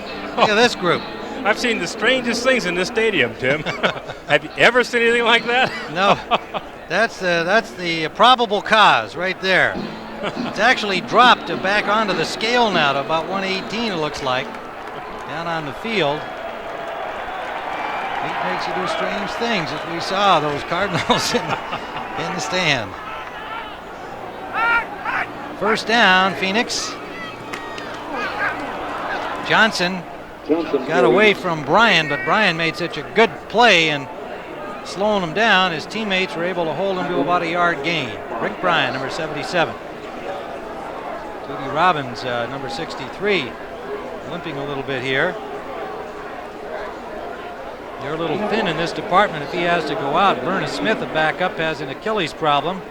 Mike Brennan, second-year man out of Notre Dame, has just been here a couple of weeks from Cincinnati, the Bengals. Robbins stays in. Rams Raiders, real dogfight there. Just a touchdown apart, as we have here. Tupa complete. Cardinal first down at the 31-yard line. Ernie Jones. Jones, their leading receiver, 34 catches coming into the game, tied for first in the conference in that department. Tim, that was a great throw by Tupa. He's under a lot of pressure here because the stunt was occurring up front. The defensive line, he got the ball in, as he did, was hit with the throw. But an excellent throw by Tupa, staying in the pocket, waiting to the last instant to deliver the ball to Ernie Jones. Mo Gardner, the rookie on the nose, the guy that allowed them to take the loss of Casillas from here, from Atlanta, pardon me, and the rookie from Illinois is playing very well on the nose for Atlanta. Tupa gets some time, and in and out of the hands of Prohl. Deion Sanders on the coverage. Ricky Prohl couldn't hold on. That's really unusual too, Tim, because Prohl is the kind of receiver who makes a living going inside. He's a tough guy with a great will and determination to make tough catches. That was not a particularly tough catch, but it was a short throw that probably came a little sooner than he thought it was going to arrive, and just didn't hang on to it. Prohl gave you a pretty good invitation to Mike Tyson. You introduced me to that here on Friday. That's unbelievable. It sounds just like Tyson. Yeah. He's a big fight fan. Second down.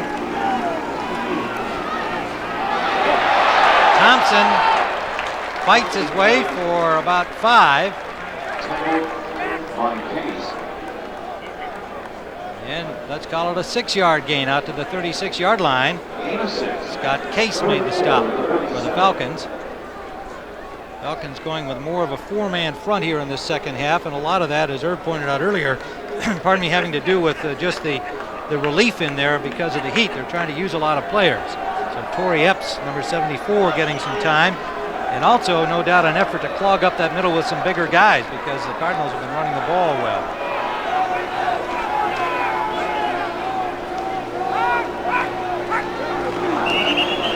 And again, a false start. Thompson, the ball carrier, but the play whistled dead.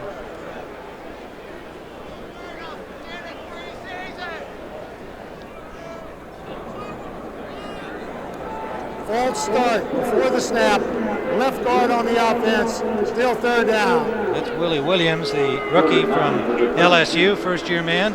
I'll tell you why, Tim. It was an unusual defense. I call this a 70 defense. It was an over-alignment with 4 defensive linemen shifted to one side of the line. Williams, who hasn't had much practice time with the Cardinals, probably didn't recognize the alignment. And Louis Sharp at the left tackle and the center, Bill Lewis, today we're going to give him signals to give him the alignment and adjustment changes. I think he had trouble picking up the change. About a yard. Third, and that's complete. On third down, Cardinals pick up the first. Ricky Prohl out at midfield. Ryan Jordan, the safety, made the tackle. So Prohl makes up for the drop. A 20-yard gain and a first down. That's the thing you like about him. He's the kind of a guy, Tim, you knock him down, he comes right back up and stings you. This one, again, an inside pattern trying to work on the safety man, breaks inside. Now settle in there, just sit. There it is, finding the hole in the zone for the completion. 914 yards to lead in that category against ahead of some pretty classy players. Pretty good competition in there, but the Cardinal wide receivers are number 1. Johnson got about a yard. 42-yard line. Mo Gardner, Illinois rookie, on the stop. This guy is really an unusual athlete, Tim. Like I said before, they didn't quite know what to expect from him when he came in as an All-Big Ten Defensive Player of the Year last year in college in Illinois. But he's also the number 1 player on this defensive line in quarterback hurries. I mean, from the nose position, it's very difficult to get pressure on the quarterback, but he's quick and strong enough to get upfield to put a lot of heat on opposing quarterbacks. might be feeling the heat. I think so, yeah. Second. 9, and that pass incomplete. Good pressure from the Falcons, chasing him all the way to the sideline. Oliver Barnett. Barnett out there on a gimpy ankle, number 72, pardon me. It's really amazing, Tim. The Falcons have really been hit with that injury bug this year, but they've been able to keep people out there. Here's Mo Gardner again taking the blow, and strong guy, all Big Ten Defensive Player of the Year last year. But they play, Glanville only expects to play football one way, and that's all the way. Give us what you have when you're out there. If you can't do it, get out and we'll put somebody else in. That's what he expects of his football teams. Jerry ought to have his cowboy hat on his son. Oh, he should, yeah. It won't fit over the headset. That's the problem. 3rd and 9. Tupa pumps once and then finds Jones. Another Cardinal first down at the 35-yard line. 3:30 to go in the third quarter. A 10-3 Atlanta lead. And the Cardinals driving. I don't know if it's a coincidence or if they just feel like Ernie Jones can do a good job against Tim McKyer, but most of these passes so far in the second half have been to the right side of the offensive formation. Ernie Jones, 86, working one-on-one against number 22, Tim McKyer. This time he beats McKyer inside. McKyer trying to keep him out of there, realizing he'd be in trouble if he made the break. And he does make the break and also the catch. Tim wants offensive pass interference, so he pushed me. Fishback comes in for Jordan.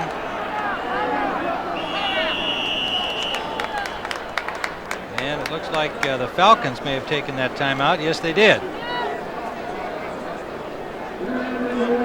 So we'll return with 2:53 remaining in the third. Atlanta on top 10-3. You're watching CBS Sports coverage of the National Football League. Defense will be the name of the game next week.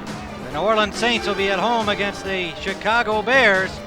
And the Saints, proud owners of the league's best defense and an unbeaten record, 7-0. They beat Tampa 23-7 today.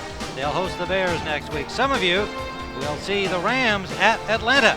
And it all begins with the NFL Today, Sunday, 12:30 Eastern.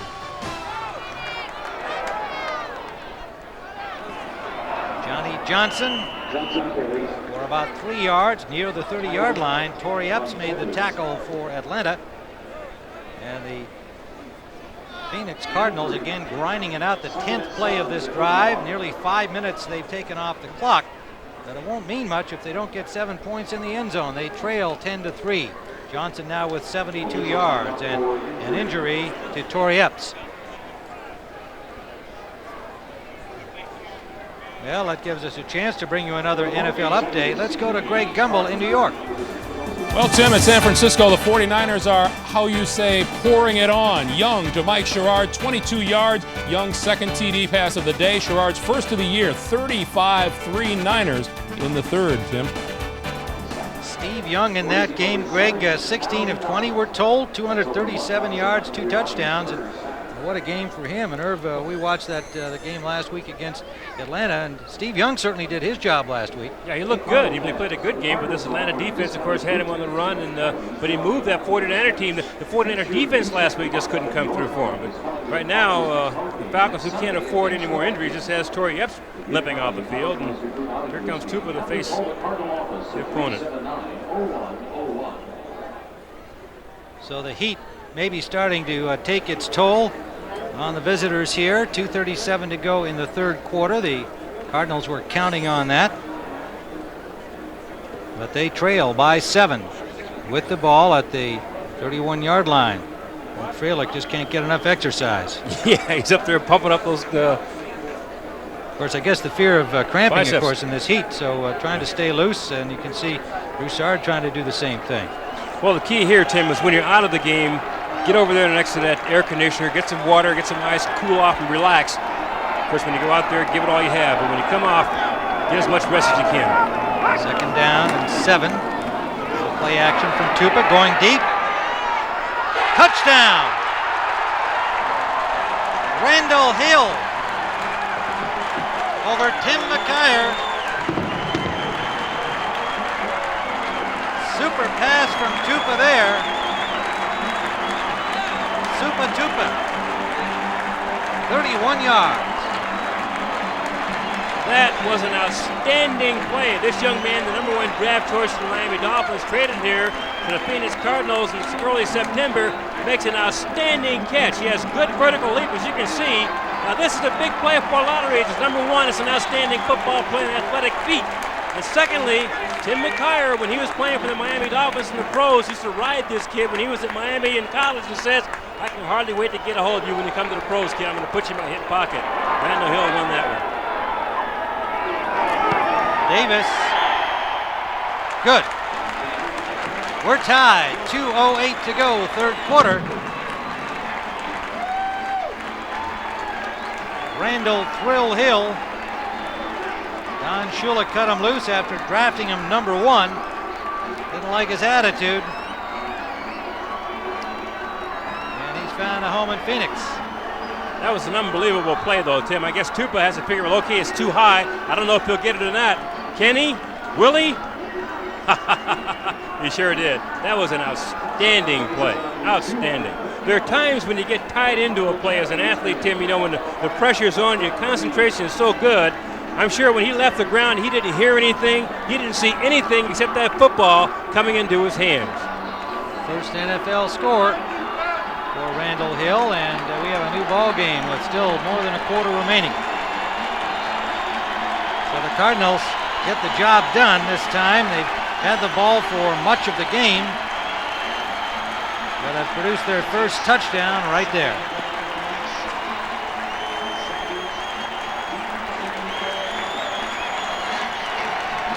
Sanders, ever dangerous, returning kickoffs or punts. Johnson has been able to keep it away from him much of the game. Davis, pardon me, Greg Davis, his former Falcon teammate.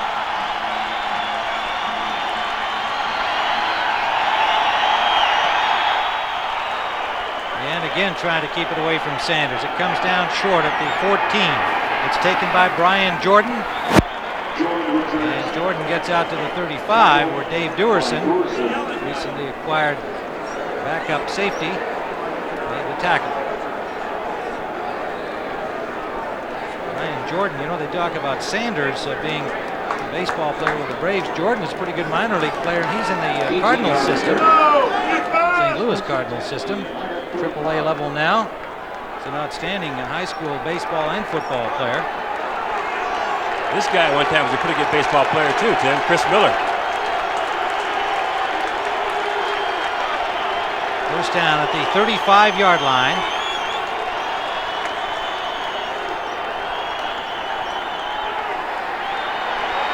Miller with a lot of time, and he throws another interception. Lynch to the 35-yard line of Atlanta.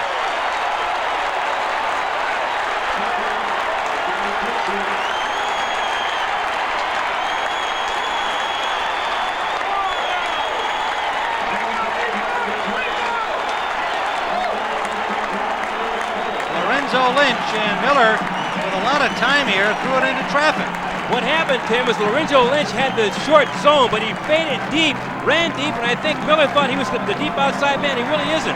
He has a short zone, so he took off and stopped, and he had a defensive back behind him. So Miller thought he had a chance to drop the ball in the hole, but the hole didn't exist, because instead of having Lorenzo Lynch come up and play the short zone, as he normally would, he faded deep and stopped. Defensive backs oftentimes fake that zone coverage that way. Well, it paid off. First down, Cardinals, 35 of Atlanta. Johnny Johnson hit hard, gets about 2. Tupa in the passing department, just 8 of 19, 133 yards. Tim, we were talking to some of the Cardinal defensive backs about how they play that secondary, and Tim McDonald would say, we have a reaction and read defense. We don't know what we're going to do ourselves until we see the formation and the patterns develop. So oftentimes they'll make adjustments like that, as Lynch did that time, reading the pattern and saying, okay, that'll take me where I'm going to go, and I stopped. Came up with the interception. Well, they've used turnovers, as you pointed out at the beginning of our game. It's been the strength of their early success, but they haven't been able to do it much in the last few games. Today they're getting it back. Pass nearly picked off, intended for Hill. Sanders got a hand on it. He was thinking touchdown on this one. Again, this ball intended for Randall Hill really isn't thrown very well. Actually, two defensive backs had a chance at it. Bobby Butler tipped it, and because he hit it, Deion Sanders lost sight of it. But he had a beat on it too, and was ready to pick it off and go with it. It looked like he was motioning to Butler. If you'd left that alone, I'm in the end zone. That's right. I would have had it. That had a touchdown all over it. So it was Butler who actually got the hand on it, not Sanders, and Deion wanted his hands on it. Third down.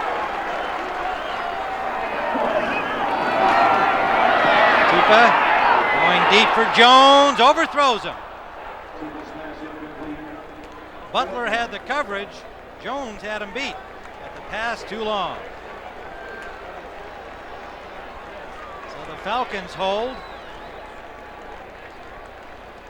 Tim, the Cardinal kicker is Greg Davis. He came over from the Falcons. He's very close to Jerry Glanville and Jerry Glanville's son. And as a matter of fact, last Christmas, his son Justin, Glanville's son Justin Davis, sent him an automobile to put together. And Glanville wasn't too happy about it because it took him a few days to put it together. He said, well, Glanville got mad at me about that. This Christmas, I'm going to send him a big airplane. It'll take him 2 weeks to put it together. Here comes the field goal. From 50 yards away, and it is good. Outstanding kicker. Davis, 51 yards. The field goal, his second of the day.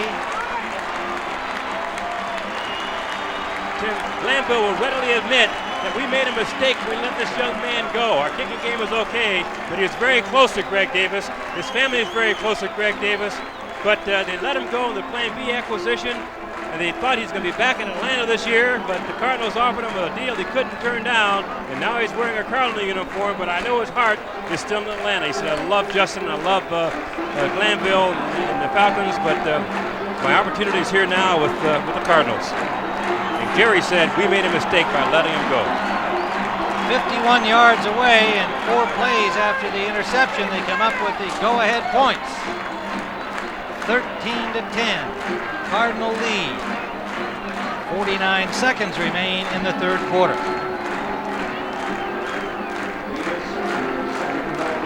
Cardinals opened the game with a 29-yard field goal by Davis on their opening drive. Have not led since then. Quick look at the scoreboard. Seattle coming on. Dave Craig is back. San Francisco beating up on the Lions. Rams and Raiders still locked in a struggle.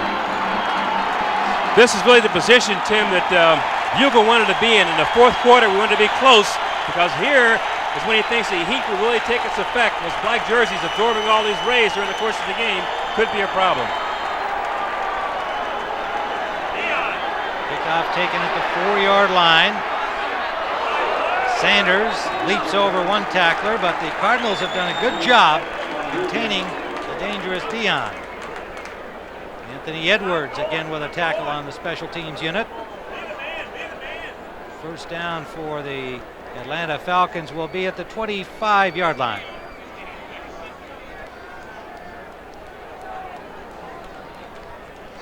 Looks like he's lining up a long hit like a center fielder in baseball. Here he does it the right way, keeps his eye on it, cradles that baby with his hands under it. He's going for broke.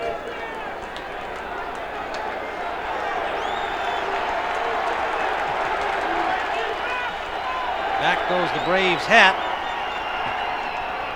over the kerchief. First down, Miller and company. Wes Miller with 2 costly interceptions today. Like to make up. He goes deep for Haynes, and that is incomplete. Close coverage from Steve Lofton, number 42.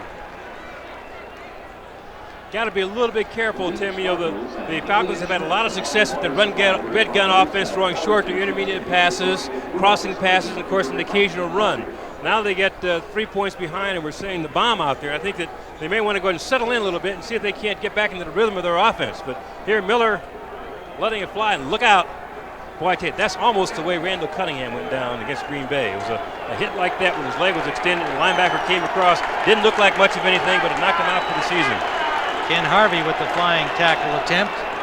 Miller is just one of his last 9, so he has cooled off considerably. Broussard. Loose ball. Cardinals say they have it. And they do.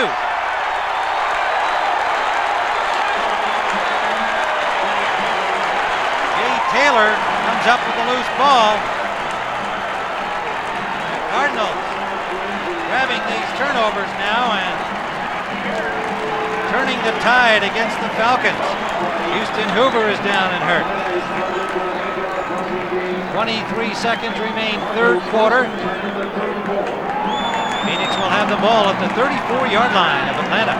Tim, it's starting to get tough out there. Really, this time in the course of a game when you've been fighting and battling for 3 quarters of football in 120-degree heat, it takes a lot of guts to be able to continue to play at a high tempo. Broussard being hit, coughs it up. And the Cardinals come up with a big turnover. Eric Hill made the tackle, and you could see that he was making a second effort, Broussard, to advance the ball farther. And that's when he lost control. And there's Hoover, the injured player. Looks like Hoover's having some kind of a problem with his leg. Let's see how it happened. He's been driven off back here by number 98, Eric Swan. He gets caught up in the pile. Looks like it's his knee, but in training camp this year, he had a problem with his shoulder and had a lot of trouble trying to get that underway. He got that straightened out, but now it looks like he has a little bit of a knee problem. So again, that injury bug seems to be haunting the Falcons.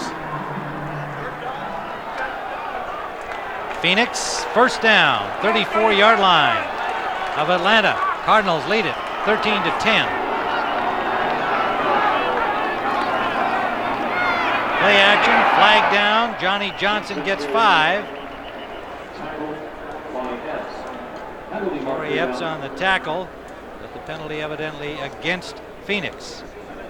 Tim, you'll oftentimes hear Joe Bugel say that I want my football team, the Cardinals, develop that NFC East toughness. And this is what he's talking about.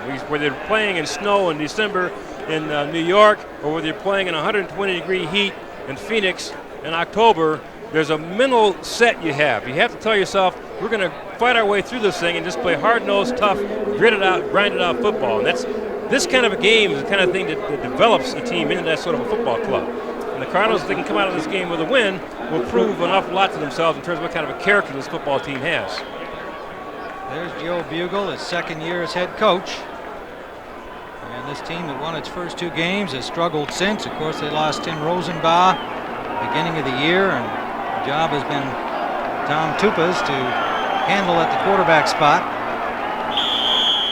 And Tupa didn't like something he saw there. He's taken a Cardinal timeout. Well, we've reached the end of the quarter. Pardon me, we've reached the end of the quarter. Tupa saw the clock winding down. And so at the end of 3, Phoenix 13-10. Our coverage continues after this message from your local station. You're watching the NFL on CBS.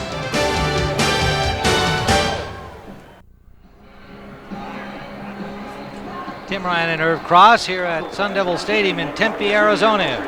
Temperatures over 100 degrees. They've been as high as 120 plus, but it's actually cooling down, at least in the shady portion now where our thermometer is. Tupa, complete. Jones dropped immediately after a gain of about 5. That'll leave 2nd and 10. Darian Connor made the tackle, linebacker number 56. Phoenix rushed for 124 yards in the first half, just what Joe Bugel wanted. In the third quarter, only 14 yards. And Miller passing the way they wanted him to, 11 of 20 in the first half, 1 of 6 in the third quarter. So turnarounds on the part of both teams. I saw Bill Lewis, the huge center out of Nebraska, 280 pounds, leading out the offensive unit. 2nd and 10. Johnson is stuffed as the Falcons came streaming through, perfectly timed into the holes there. Bryan leading the way, and Mo Gardner, the rookie at nose tackle. You're right, Tim. Mo Gardner is the man who broke this play down because he's the guy on the nose who has to control the center, allowing himself to beat the gap, and that's what he does. He beats Bill Lewis across the gap and is able to penetrate and stop that play. I'm surprised, really, that the Cardinals ran in that direction because that defense was designed to stop the play running to the strong side. They shut it down. Mo Gardner. 39 tackles coming into the game. The spot that was held by Tony Casillas with some distinction for a lot of years, but he was unhappy there. Tupa pumps, and he's got running room. Slides in, takes a hit from behind Connor, and it looks like he's got the first down yardage, and Tupa a little slow to get up. Now he was sliding in there, but Connor made the tackle from behind. We saw no flag fly.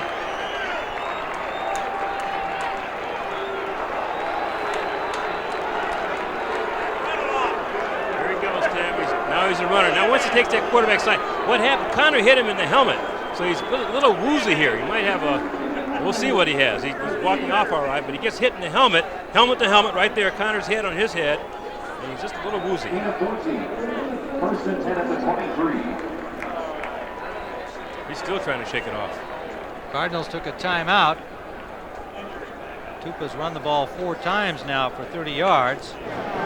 Number 10 is Stan Gelbaugh, backup quarterback who led the London Monarchs to the championship of the World League of American Football this past spring. Craig Cupp is the emergency quarterback, the 46th man.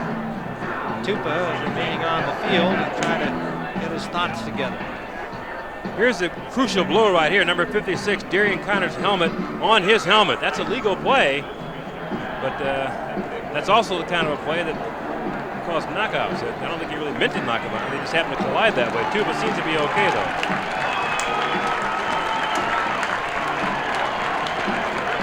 So meanwhile, the Cardinals with a first down on that run by Tupa to the 24-yard line. They have a 3-point lead, and we're just underway in the final quarter. Well, that's the thing that impresses you about Tupa, Tim. He's a young, inexperienced quarterback, but the guy is tough. He played in the program at Ohio State, and he understands what his contact is all about. He dishes it out as well as receives it. Slot formation to the left with a 1 back. And that's Johnson. Johnson gets about 4 to the 20-yard line. Darian Connor made the tackle there. Funny, the Cardinals didn't get the reaction they wanted from the defensive line. The Willie Williams, the guard, pulled away. It's called an old sucker trap. Well, he pulls away, and they're supposed to create a vacancy there. But Connor, at his linebacker position, instead of coming across the line of scrimmage, came down into the hole. Great play on his part. Made the stop. Good read.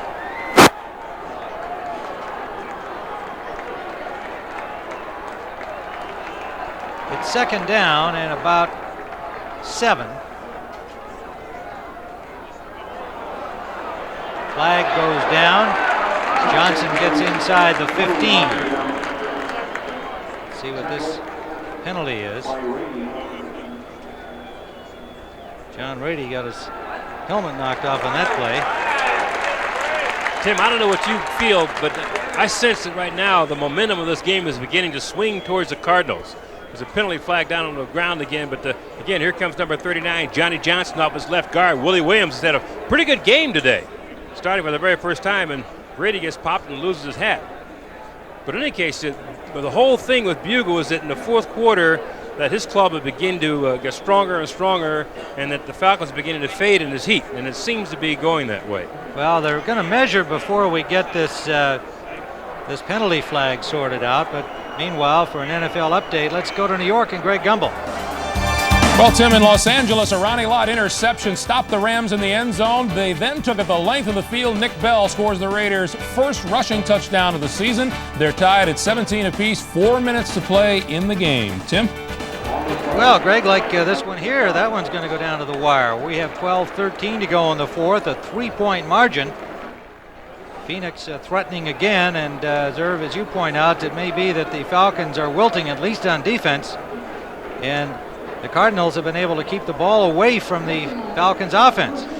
See something interesting, Tim. Look at the Cardinals bench. Every single player is up off the bench along the sideline. You look at the Falcon bench, half the team is on the bench trying to get rested to stay cool. I think the momentum is beginning to swing towards the Cardinals. There they are. They're all up, ready to go. On the other side, you take a look at that Falcon bench. You got a few players there on the sideline standing up. They're waiting till you pick up the offensive club here. They're all sitting down trying to recover from this heat. Well, they need gutty performance and a victory here. The attendance today just 24,000, just announced. Johnson diving for the first down on 3rd and a yard. It'll be close. High jump. He must have gone 7 feet in the air. He had to really get over that pile. First down. Great play on his part, really, Tim, because what you try to get, the offensive line tries to cut down the defensive line to make those guys get down. But they really didn't do it. It's sort of a standoff there. The defensive lineman stood up the offensive line, so now the running back Johnson has to jump over Sharp, who's 6'5", and Willie Williams, who's 6'6". But he did it. And the Cardinals in the driver's seat now. Atlanta needs a big defensive play. Johnson, he and Tupa both stumbled at the exchange, and Johnson got maybe a yard. Second down from the 11-yard line.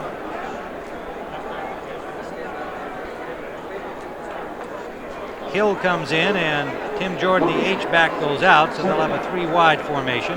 That brings in 2 defenders for Atlanta.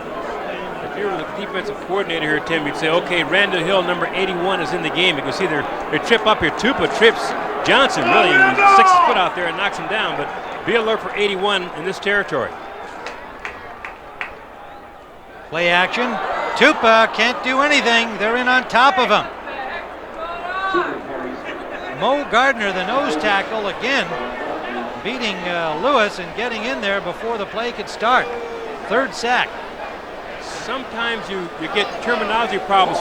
This might have been a run. It might have been a fake. If you want to run a 40 plunge, except you would say pass 40 plunge. It's the same thing, except it's a pass instead of a run. If somebody misses a word, you get fouled up. So apparently one person there, Johnson, was probably thinking pass, and maybe perhaps Tupa was thinking run, the other way around. But in any case, there was a breakdown in communication. 3rd down and 15. The Cardinals going backwards. Back out at the 19-yard line. Tupa is hit again.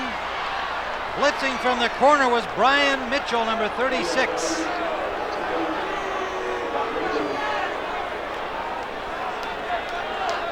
Well, that's Glanville go-for-it defense, and it pays off. A 15-yard loss.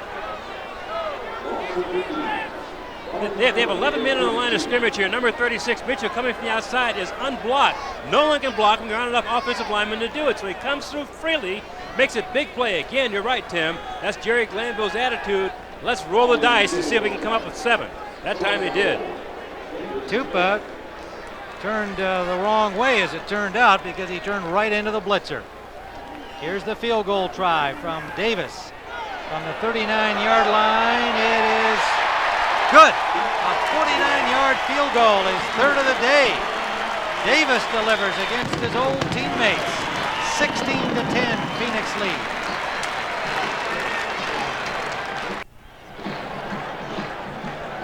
Well, the Cardinals with a 6-point lead. Randall Hill has scored his first ever NFL touchdown on a pass from Tom Tupa.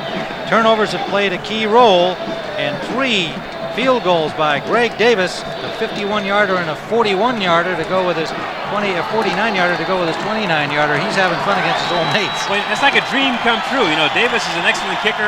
He likes the Falcons. He's a very popular player with the Falcons. He has ties in Atlanta. He's originally from that area, and this has to be like a dream come true to him to kick this well against his former teammates.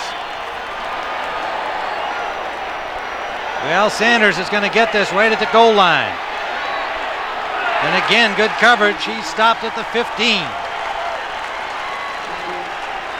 Anthony Edwards is having a stellar day on the kicking unit of the Phoenix Cardinals. 9:21. Miller and company have to crank it up. They're down by 6.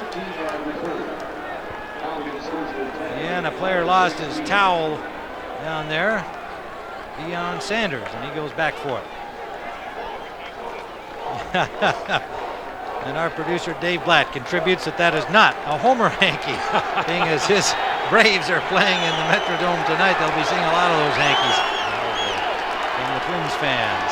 8 o'clock tonight on CBS. Game 2 of the World Series.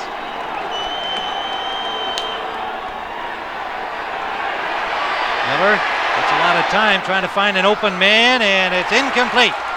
Intended for Rison. It is an incomplete pass. Rison and the Cardinals playing it as a completion and a fumble, but the officials flagging it incomplete, waving it incomplete. Outstanding play by Lorenzo Lynch. The Cardinals have had a lot of success in this 6 defensive back set, Tim. They'll have 4 defensive linemen down, 6 defensive backs, and leave Ken Harvey, number 56, as a linebacker on the field because he has the speed to cover backs coming out, and it still gives them some pretty good line support to help against the run. And so far, when they're playing this defense, the Cardinals have come out on top. They've been doing it right from the get-go with Taylor and Lofton joining the regular secondary of Williams, McDonald, Zordich, and Lynch.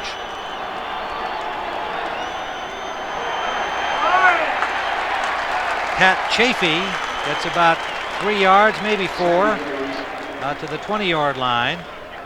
So now the Falcons in a difficult 3rd down situation. This is almost a must-play for them deep in their own end to keep this ball moving upfield, down by 6 points. Cardinals defense energized by the Davis field goal. Trying to keep them pinned in here, forcing the punt.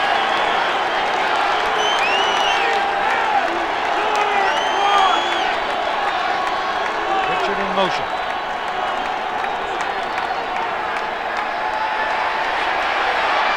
Miller, and he overthrows it. Intended for Rison. And Chris Miller has really fallen apart badly here in the second half.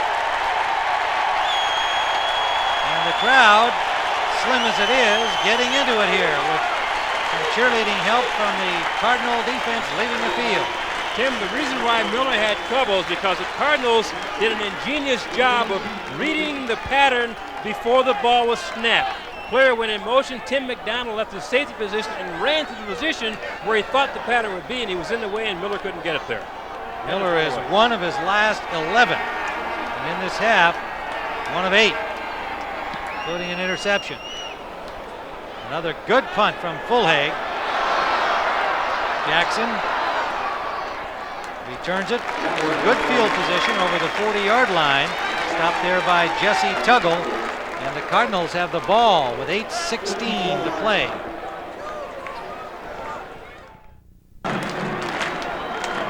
We're back at Sun Devil Stadium.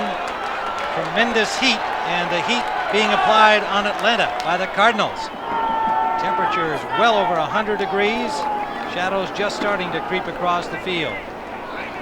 And on 1st down, Johnson gets about 3 yards. The Cardinals in good field position after stopping Atlanta deep in their own end.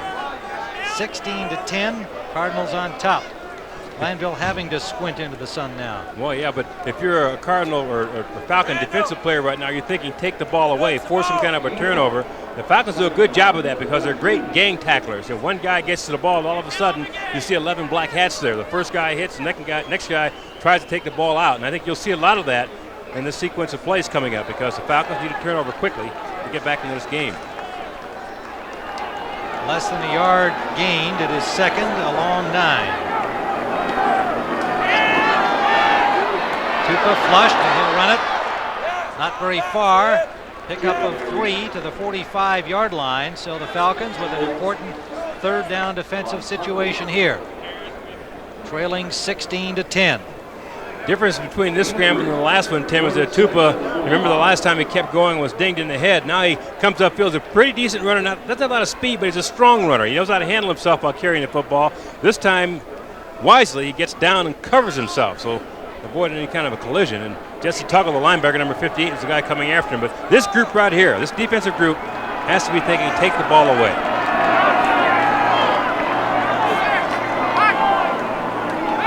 Third and 6.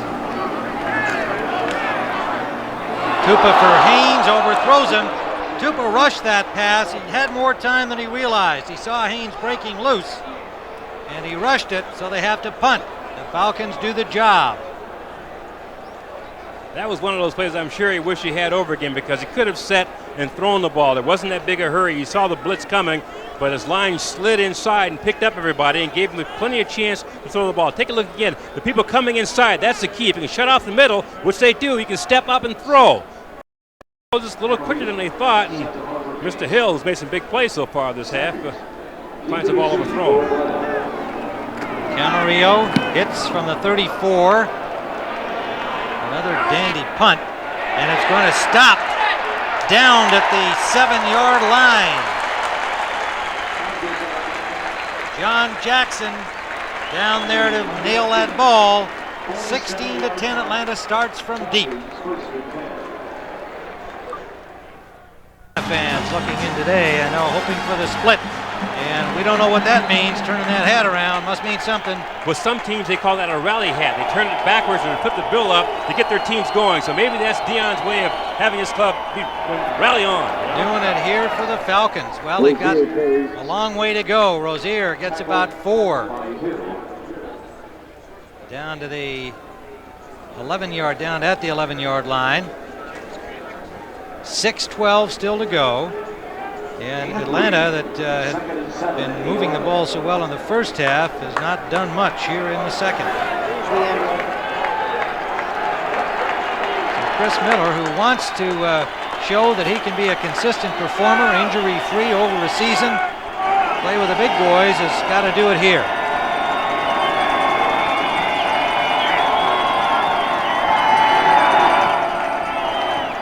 Rison has the first down yardage, runs it out of bounds at the 20-yard line. Miller has the weapons. If he gets the time, he's been having much of that. He's got to deliver the goods here. The thing that impresses me in this play, though, it's a blitz. So again, from the corner, you see number 38 coming, Mike Zordich.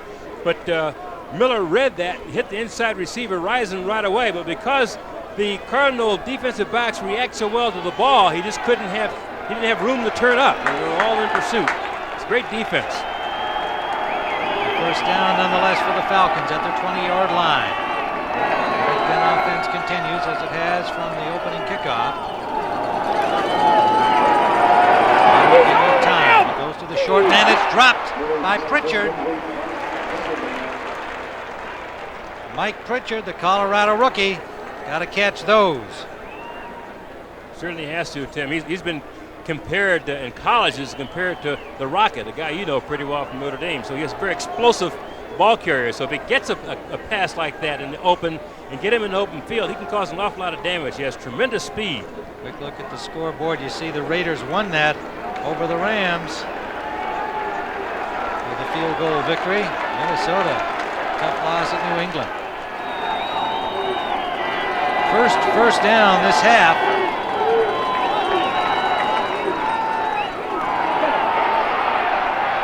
Rozier gets another one for Atlanta. Good running to the 35-yard line. And patient offense there by June Jones and Jerry Glanville, staying on the ground. 4:54 to go. A converted touchdown, of course, wins the football game. Pretty good thinking. Don't push anything. Just go ahead and take what you can get. The defense is in a 4-man line with everybody spread out. The deep backs are playing pass first, run second. Why not run a draw in there once in a while, come up with some easy yardage? So the Falcons are playing a very patient offense right now. Broussard fumbled the ball, and Glanville's the first to tell you that he says to his players, you fumble, you sit down. So he's got fresh legs in here with Rozier at the running back spot. Miller trying to find an open man, and he's going to get nailed. He does. Second Cardinals sack. Freddie Joe Nunn gets it. Anytime a quarterback has that much time to throw, Tim, and can't get the ball off, I simply call it a coverage sack. Again, the 6 defensive backs in the secondary just did an outstanding job. We'll take a look again. It's a play action, was a rollout pass here, and he can't find anybody. He wants to go back to the backside, but Andre Rison is the guy he wants to hit. It's covered. Can't find anybody on this side. Now, from the backside, Freddie Joe Nunn finally breaks free and comes up and makes a sack. But again, those 6 defensive backs in the secondary did an outstanding job giving Freddie Joe Nunn the time to had him in his grasp, and Chris Miller let it fly right into the hands of McDonald. Well, for those of you expecting to see 60 minutes, you're watching the NFL on CBS and the game between Atlanta and Phoenix. I'm Tim Ryan along with Herb Pross. Our score here, Phoenix 16, Atlanta 10, and the Cardinals have just intercepted. 60 minutes will be seen in its entirety immediately following our game. 3:37 remains, and the Cardinals in control.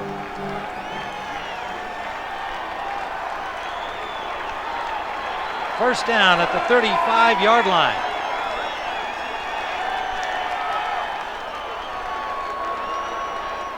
Anthony Thompson spins for about 3 yards. The interception by Tim McDonald just moments ago. Tim McDonald reads pass patterns better than any safety in football. If you take a look at his eyes following Chris Miller's eyes, he's going to get a jump on this ball before the ball is thrown. Of course, he throws it under pressure, but he realizes that's where he wants to work. He sort of feels that area. The ball's thrown, he picks it off and comes up with a key interception for the Cardinals. Man, Miller should never have thrown that ball. No, not at all. That was really hurtful. We'll have to play some hurtin' songs on the plane home here from those country and western favorites of Coach Glanville. 2:52. It'll take some great defensive work by the Falcons now to get that ball back. Give Miller a chance to redeem himself. Thompson stopped by Deion Sanders.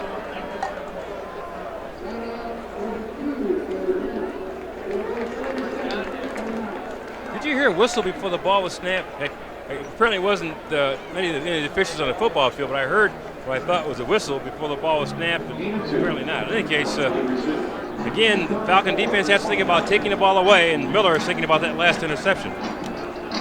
Falcons take a timeout. You can see a disconsolate Miller hoping somehow he's going to get one more shot here. 2:41 to play. This game presented by authority of the National Football League. This CBS telecast intended for the private use of our audience. Any rebroadcast or other use of the telecast without the express written consent of CBS, the Phoenix Cardinals, and the National Football League is prohibited. Well, the Cardinals have been stronger at the finish as they thought they would be. You can see the heat has taken its toll on a very game Falcons team. Joe Bugle trying to beat his old friend and college coaching mate, Jerry Glanville. Cardinals trying to get even at 4-4. Tim, you know, in all fairness to Atlanta, I noticed that starting in the third quarter, the shade seems to be overshadowing the Cardinals sideline, so they're sitting in a shaded area of the football field. The Falcons are sitting in the sun. They've been in the sun from the very beginning of this game, and they'll be there until the game is over. So the heat over there is a much bigger factor than it is on this side of the field. Third down, 4 to go at the 30-yard line of Atlanta. Cardinals lead by 6. Johnson short of the first down, but Davis with 3 field goals already will have himself another opportunity if they so choose. Timeout again called by Atlanta. Following our game 60 minutes, we'll come on the air in its entirety. The scene of the crime, a bus stop in London. The murder weapon, a poison umbrella. Who done it? Well, the KGB knows who done it. Find out tonight on 60 Minutes. And that's next. Then game 2 of the World Series, the Braves and the Twins in the Metrodome. It'll be Tom Glavine against Kevin Tapani as the Braves try to even the series. The Twins with a 5-2 victory in game 1 last night here on CBS.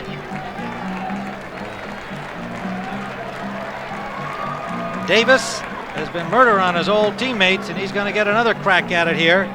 3 field goals already, and 2 of them the margin. I'd be a little concerned here, though, Tim. This ball's going to have to go about 45 yards, almost 45 yards. It's going to be a low kick unless he gets it up quickly, but 52 yards. But the Falcons do a good job blocking field goals. This is the big one. Well, boy, did you call that, Irv? He must have smelled something. Well, you can see it coming. You can see the spacing on the line. They had 11 men on the line. They have the ball's tipped, goes across the line of scrimmage. The Falcons retain possession. Yeah, Falcons get possession of the ball. It's a scrimmage kick, 4th down. The ball turns over. Connie Kawhi just picked it up and ran it in for exercise because, you know, he hasn't been getting a lot of time out there. He ran it into the end zone. That's just a blocked field goal, folks. But you see the spacing up front. All the 11 black shirts, they're in the gaps. They're not head up. They're in the gaps. See them split the linemen. Now, once that happens, number 77, Rick Bryan, is able to take a step and stand up. Now, he's about 6'4". When he stands and then jumps, he's about almost 8 feet tall.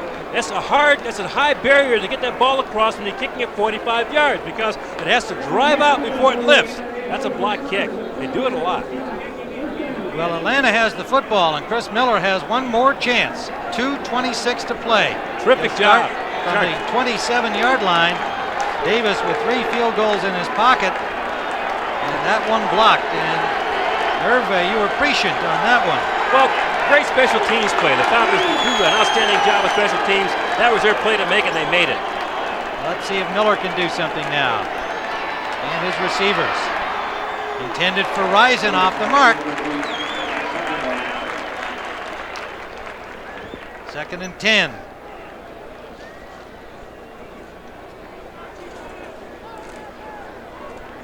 .221, the clock stopped with the incomplete pass.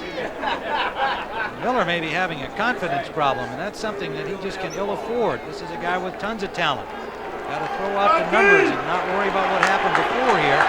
Cardinals defensively, no doubt sense that.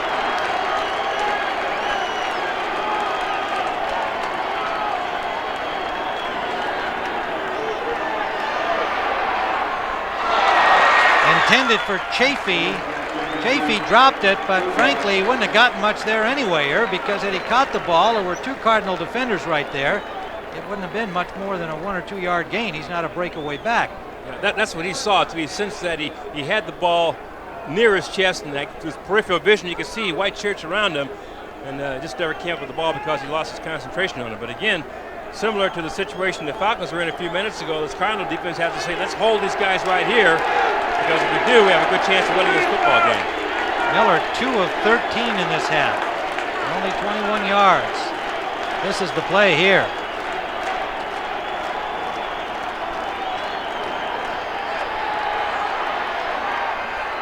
Interception, McDonald. Intended for Haynes. Again, should never have thrown the ball there. It's exactly the same pattern, exactly the same play, exactly the same defense that McDonald intercepted the ball on in the last series. Identical formation, man went in motion. He switched to the linebacker, ran to the flat, caught the ball because he knew he was going to try to throw it to Michael Haynes. You can't see McDonald coming into the frame, but he's coming right now. See his shadow? Here he comes, here he comes. Throw me the ball, Chris. They had that play down cold. 2 interceptions on the same play. Well, Miller makes another ghastly mistake, but it's also important to note that these widely touted receivers, and we touted them at the beginning of the game, have not been getting themselves in positions for him to throw the ball. He's only had 1 target on each play, and even that one hasn't been a good one. But the key, though, Tim, is the way the Cardinals play their secondary play. They don't react to what they see in the pattern. I mean, they do react to the patterns, but they can anticipate it. McDonald told us yesterday we have a reaction and read type defense. We don't know what we're going to do as far as our coverage goes until the pattern develops. And twice they ran the same play, twice he was in the same spot, and twice he came up with interceptions. So the Cardinals defense has certainly shut down the red gun, and we have reached the 2-minute warning. Phoenix on top 16-10.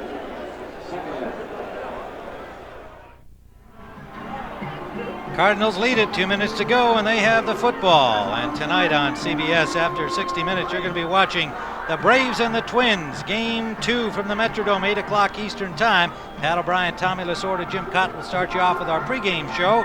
And then the Braves will be trying to even things up here, not let the Twins have a 2-game lead in the World Series. Tom Glavine against Kevin Tapani, and a disconsolate Chris Miller gets some consolation there from the backup quarterback. Well, that was Norm Johnson. Yeah, kicker Norm Johnson. He's got to be feeling pretty bad. 4 interceptions in this game. We talked to Chris Miller about that last night, about the ups and downs of quarterback, and he said, well, fortunately, he got married this year, this offseason. He has a great wife, and years in the past, if he had a day that he wasn't pretty happy with, he'd go home and sort of keep it to himself and be kind of depressed about it. But now she's there, she's a great gal, and he consoles in her, and it helps a great deal. And you can see right now he's not real happy with the way things have turned out today, because they really had great hopes coming in this game. They can walk out with a victory because these Falcons are thinking playoffs this year. Well, the Cardinals just trying to use up that clock. They're thinking playoffs too, and they get back to 4-4 with a victory here today in the NFC East.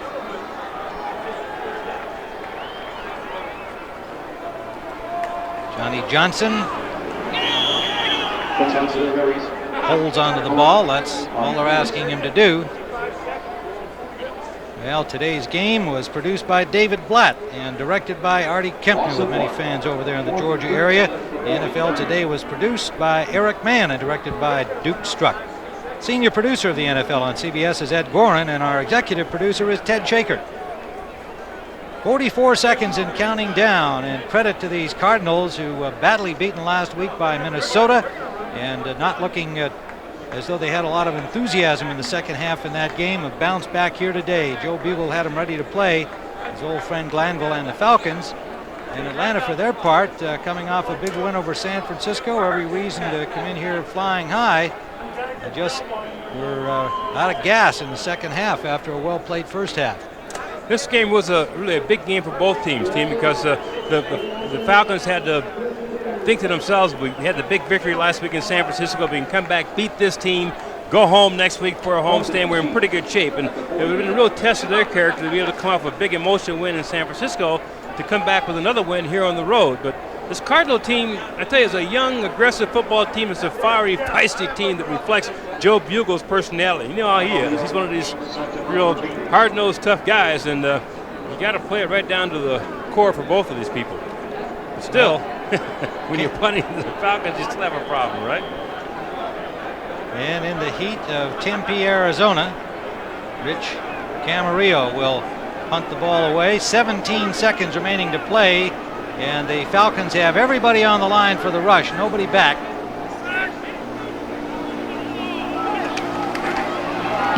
And he just gets it away. Good job by Camarillo. That ball may stop before in the end zone. A good effort by Camarillo. Has been brilliant punting today, as is Scott Fulhag of Atlanta. 8 seconds left from the 20-yard line.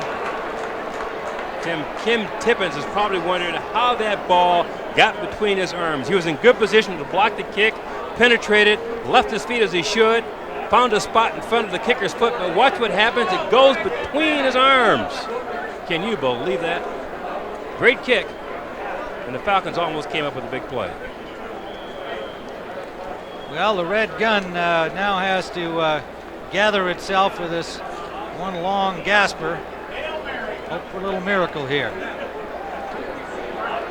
Dixon comes out to the left, 3 of them to the right. They got Sanders on, they do. They've got Deion Sanders, number 21, out there with the rest of the wide receiving corps.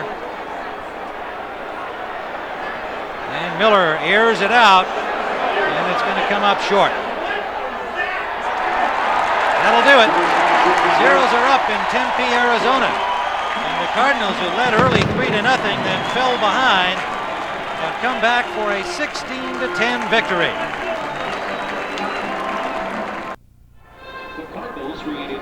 So for Irv Cross, I'm Tim Ryan saying so long from Sun Devil Stadium, where the final score, Phoenix 16, Atlanta 10. You've been watching CBS Sports coverage of the National Football League. The World Series tonight, 8 o'clock Eastern.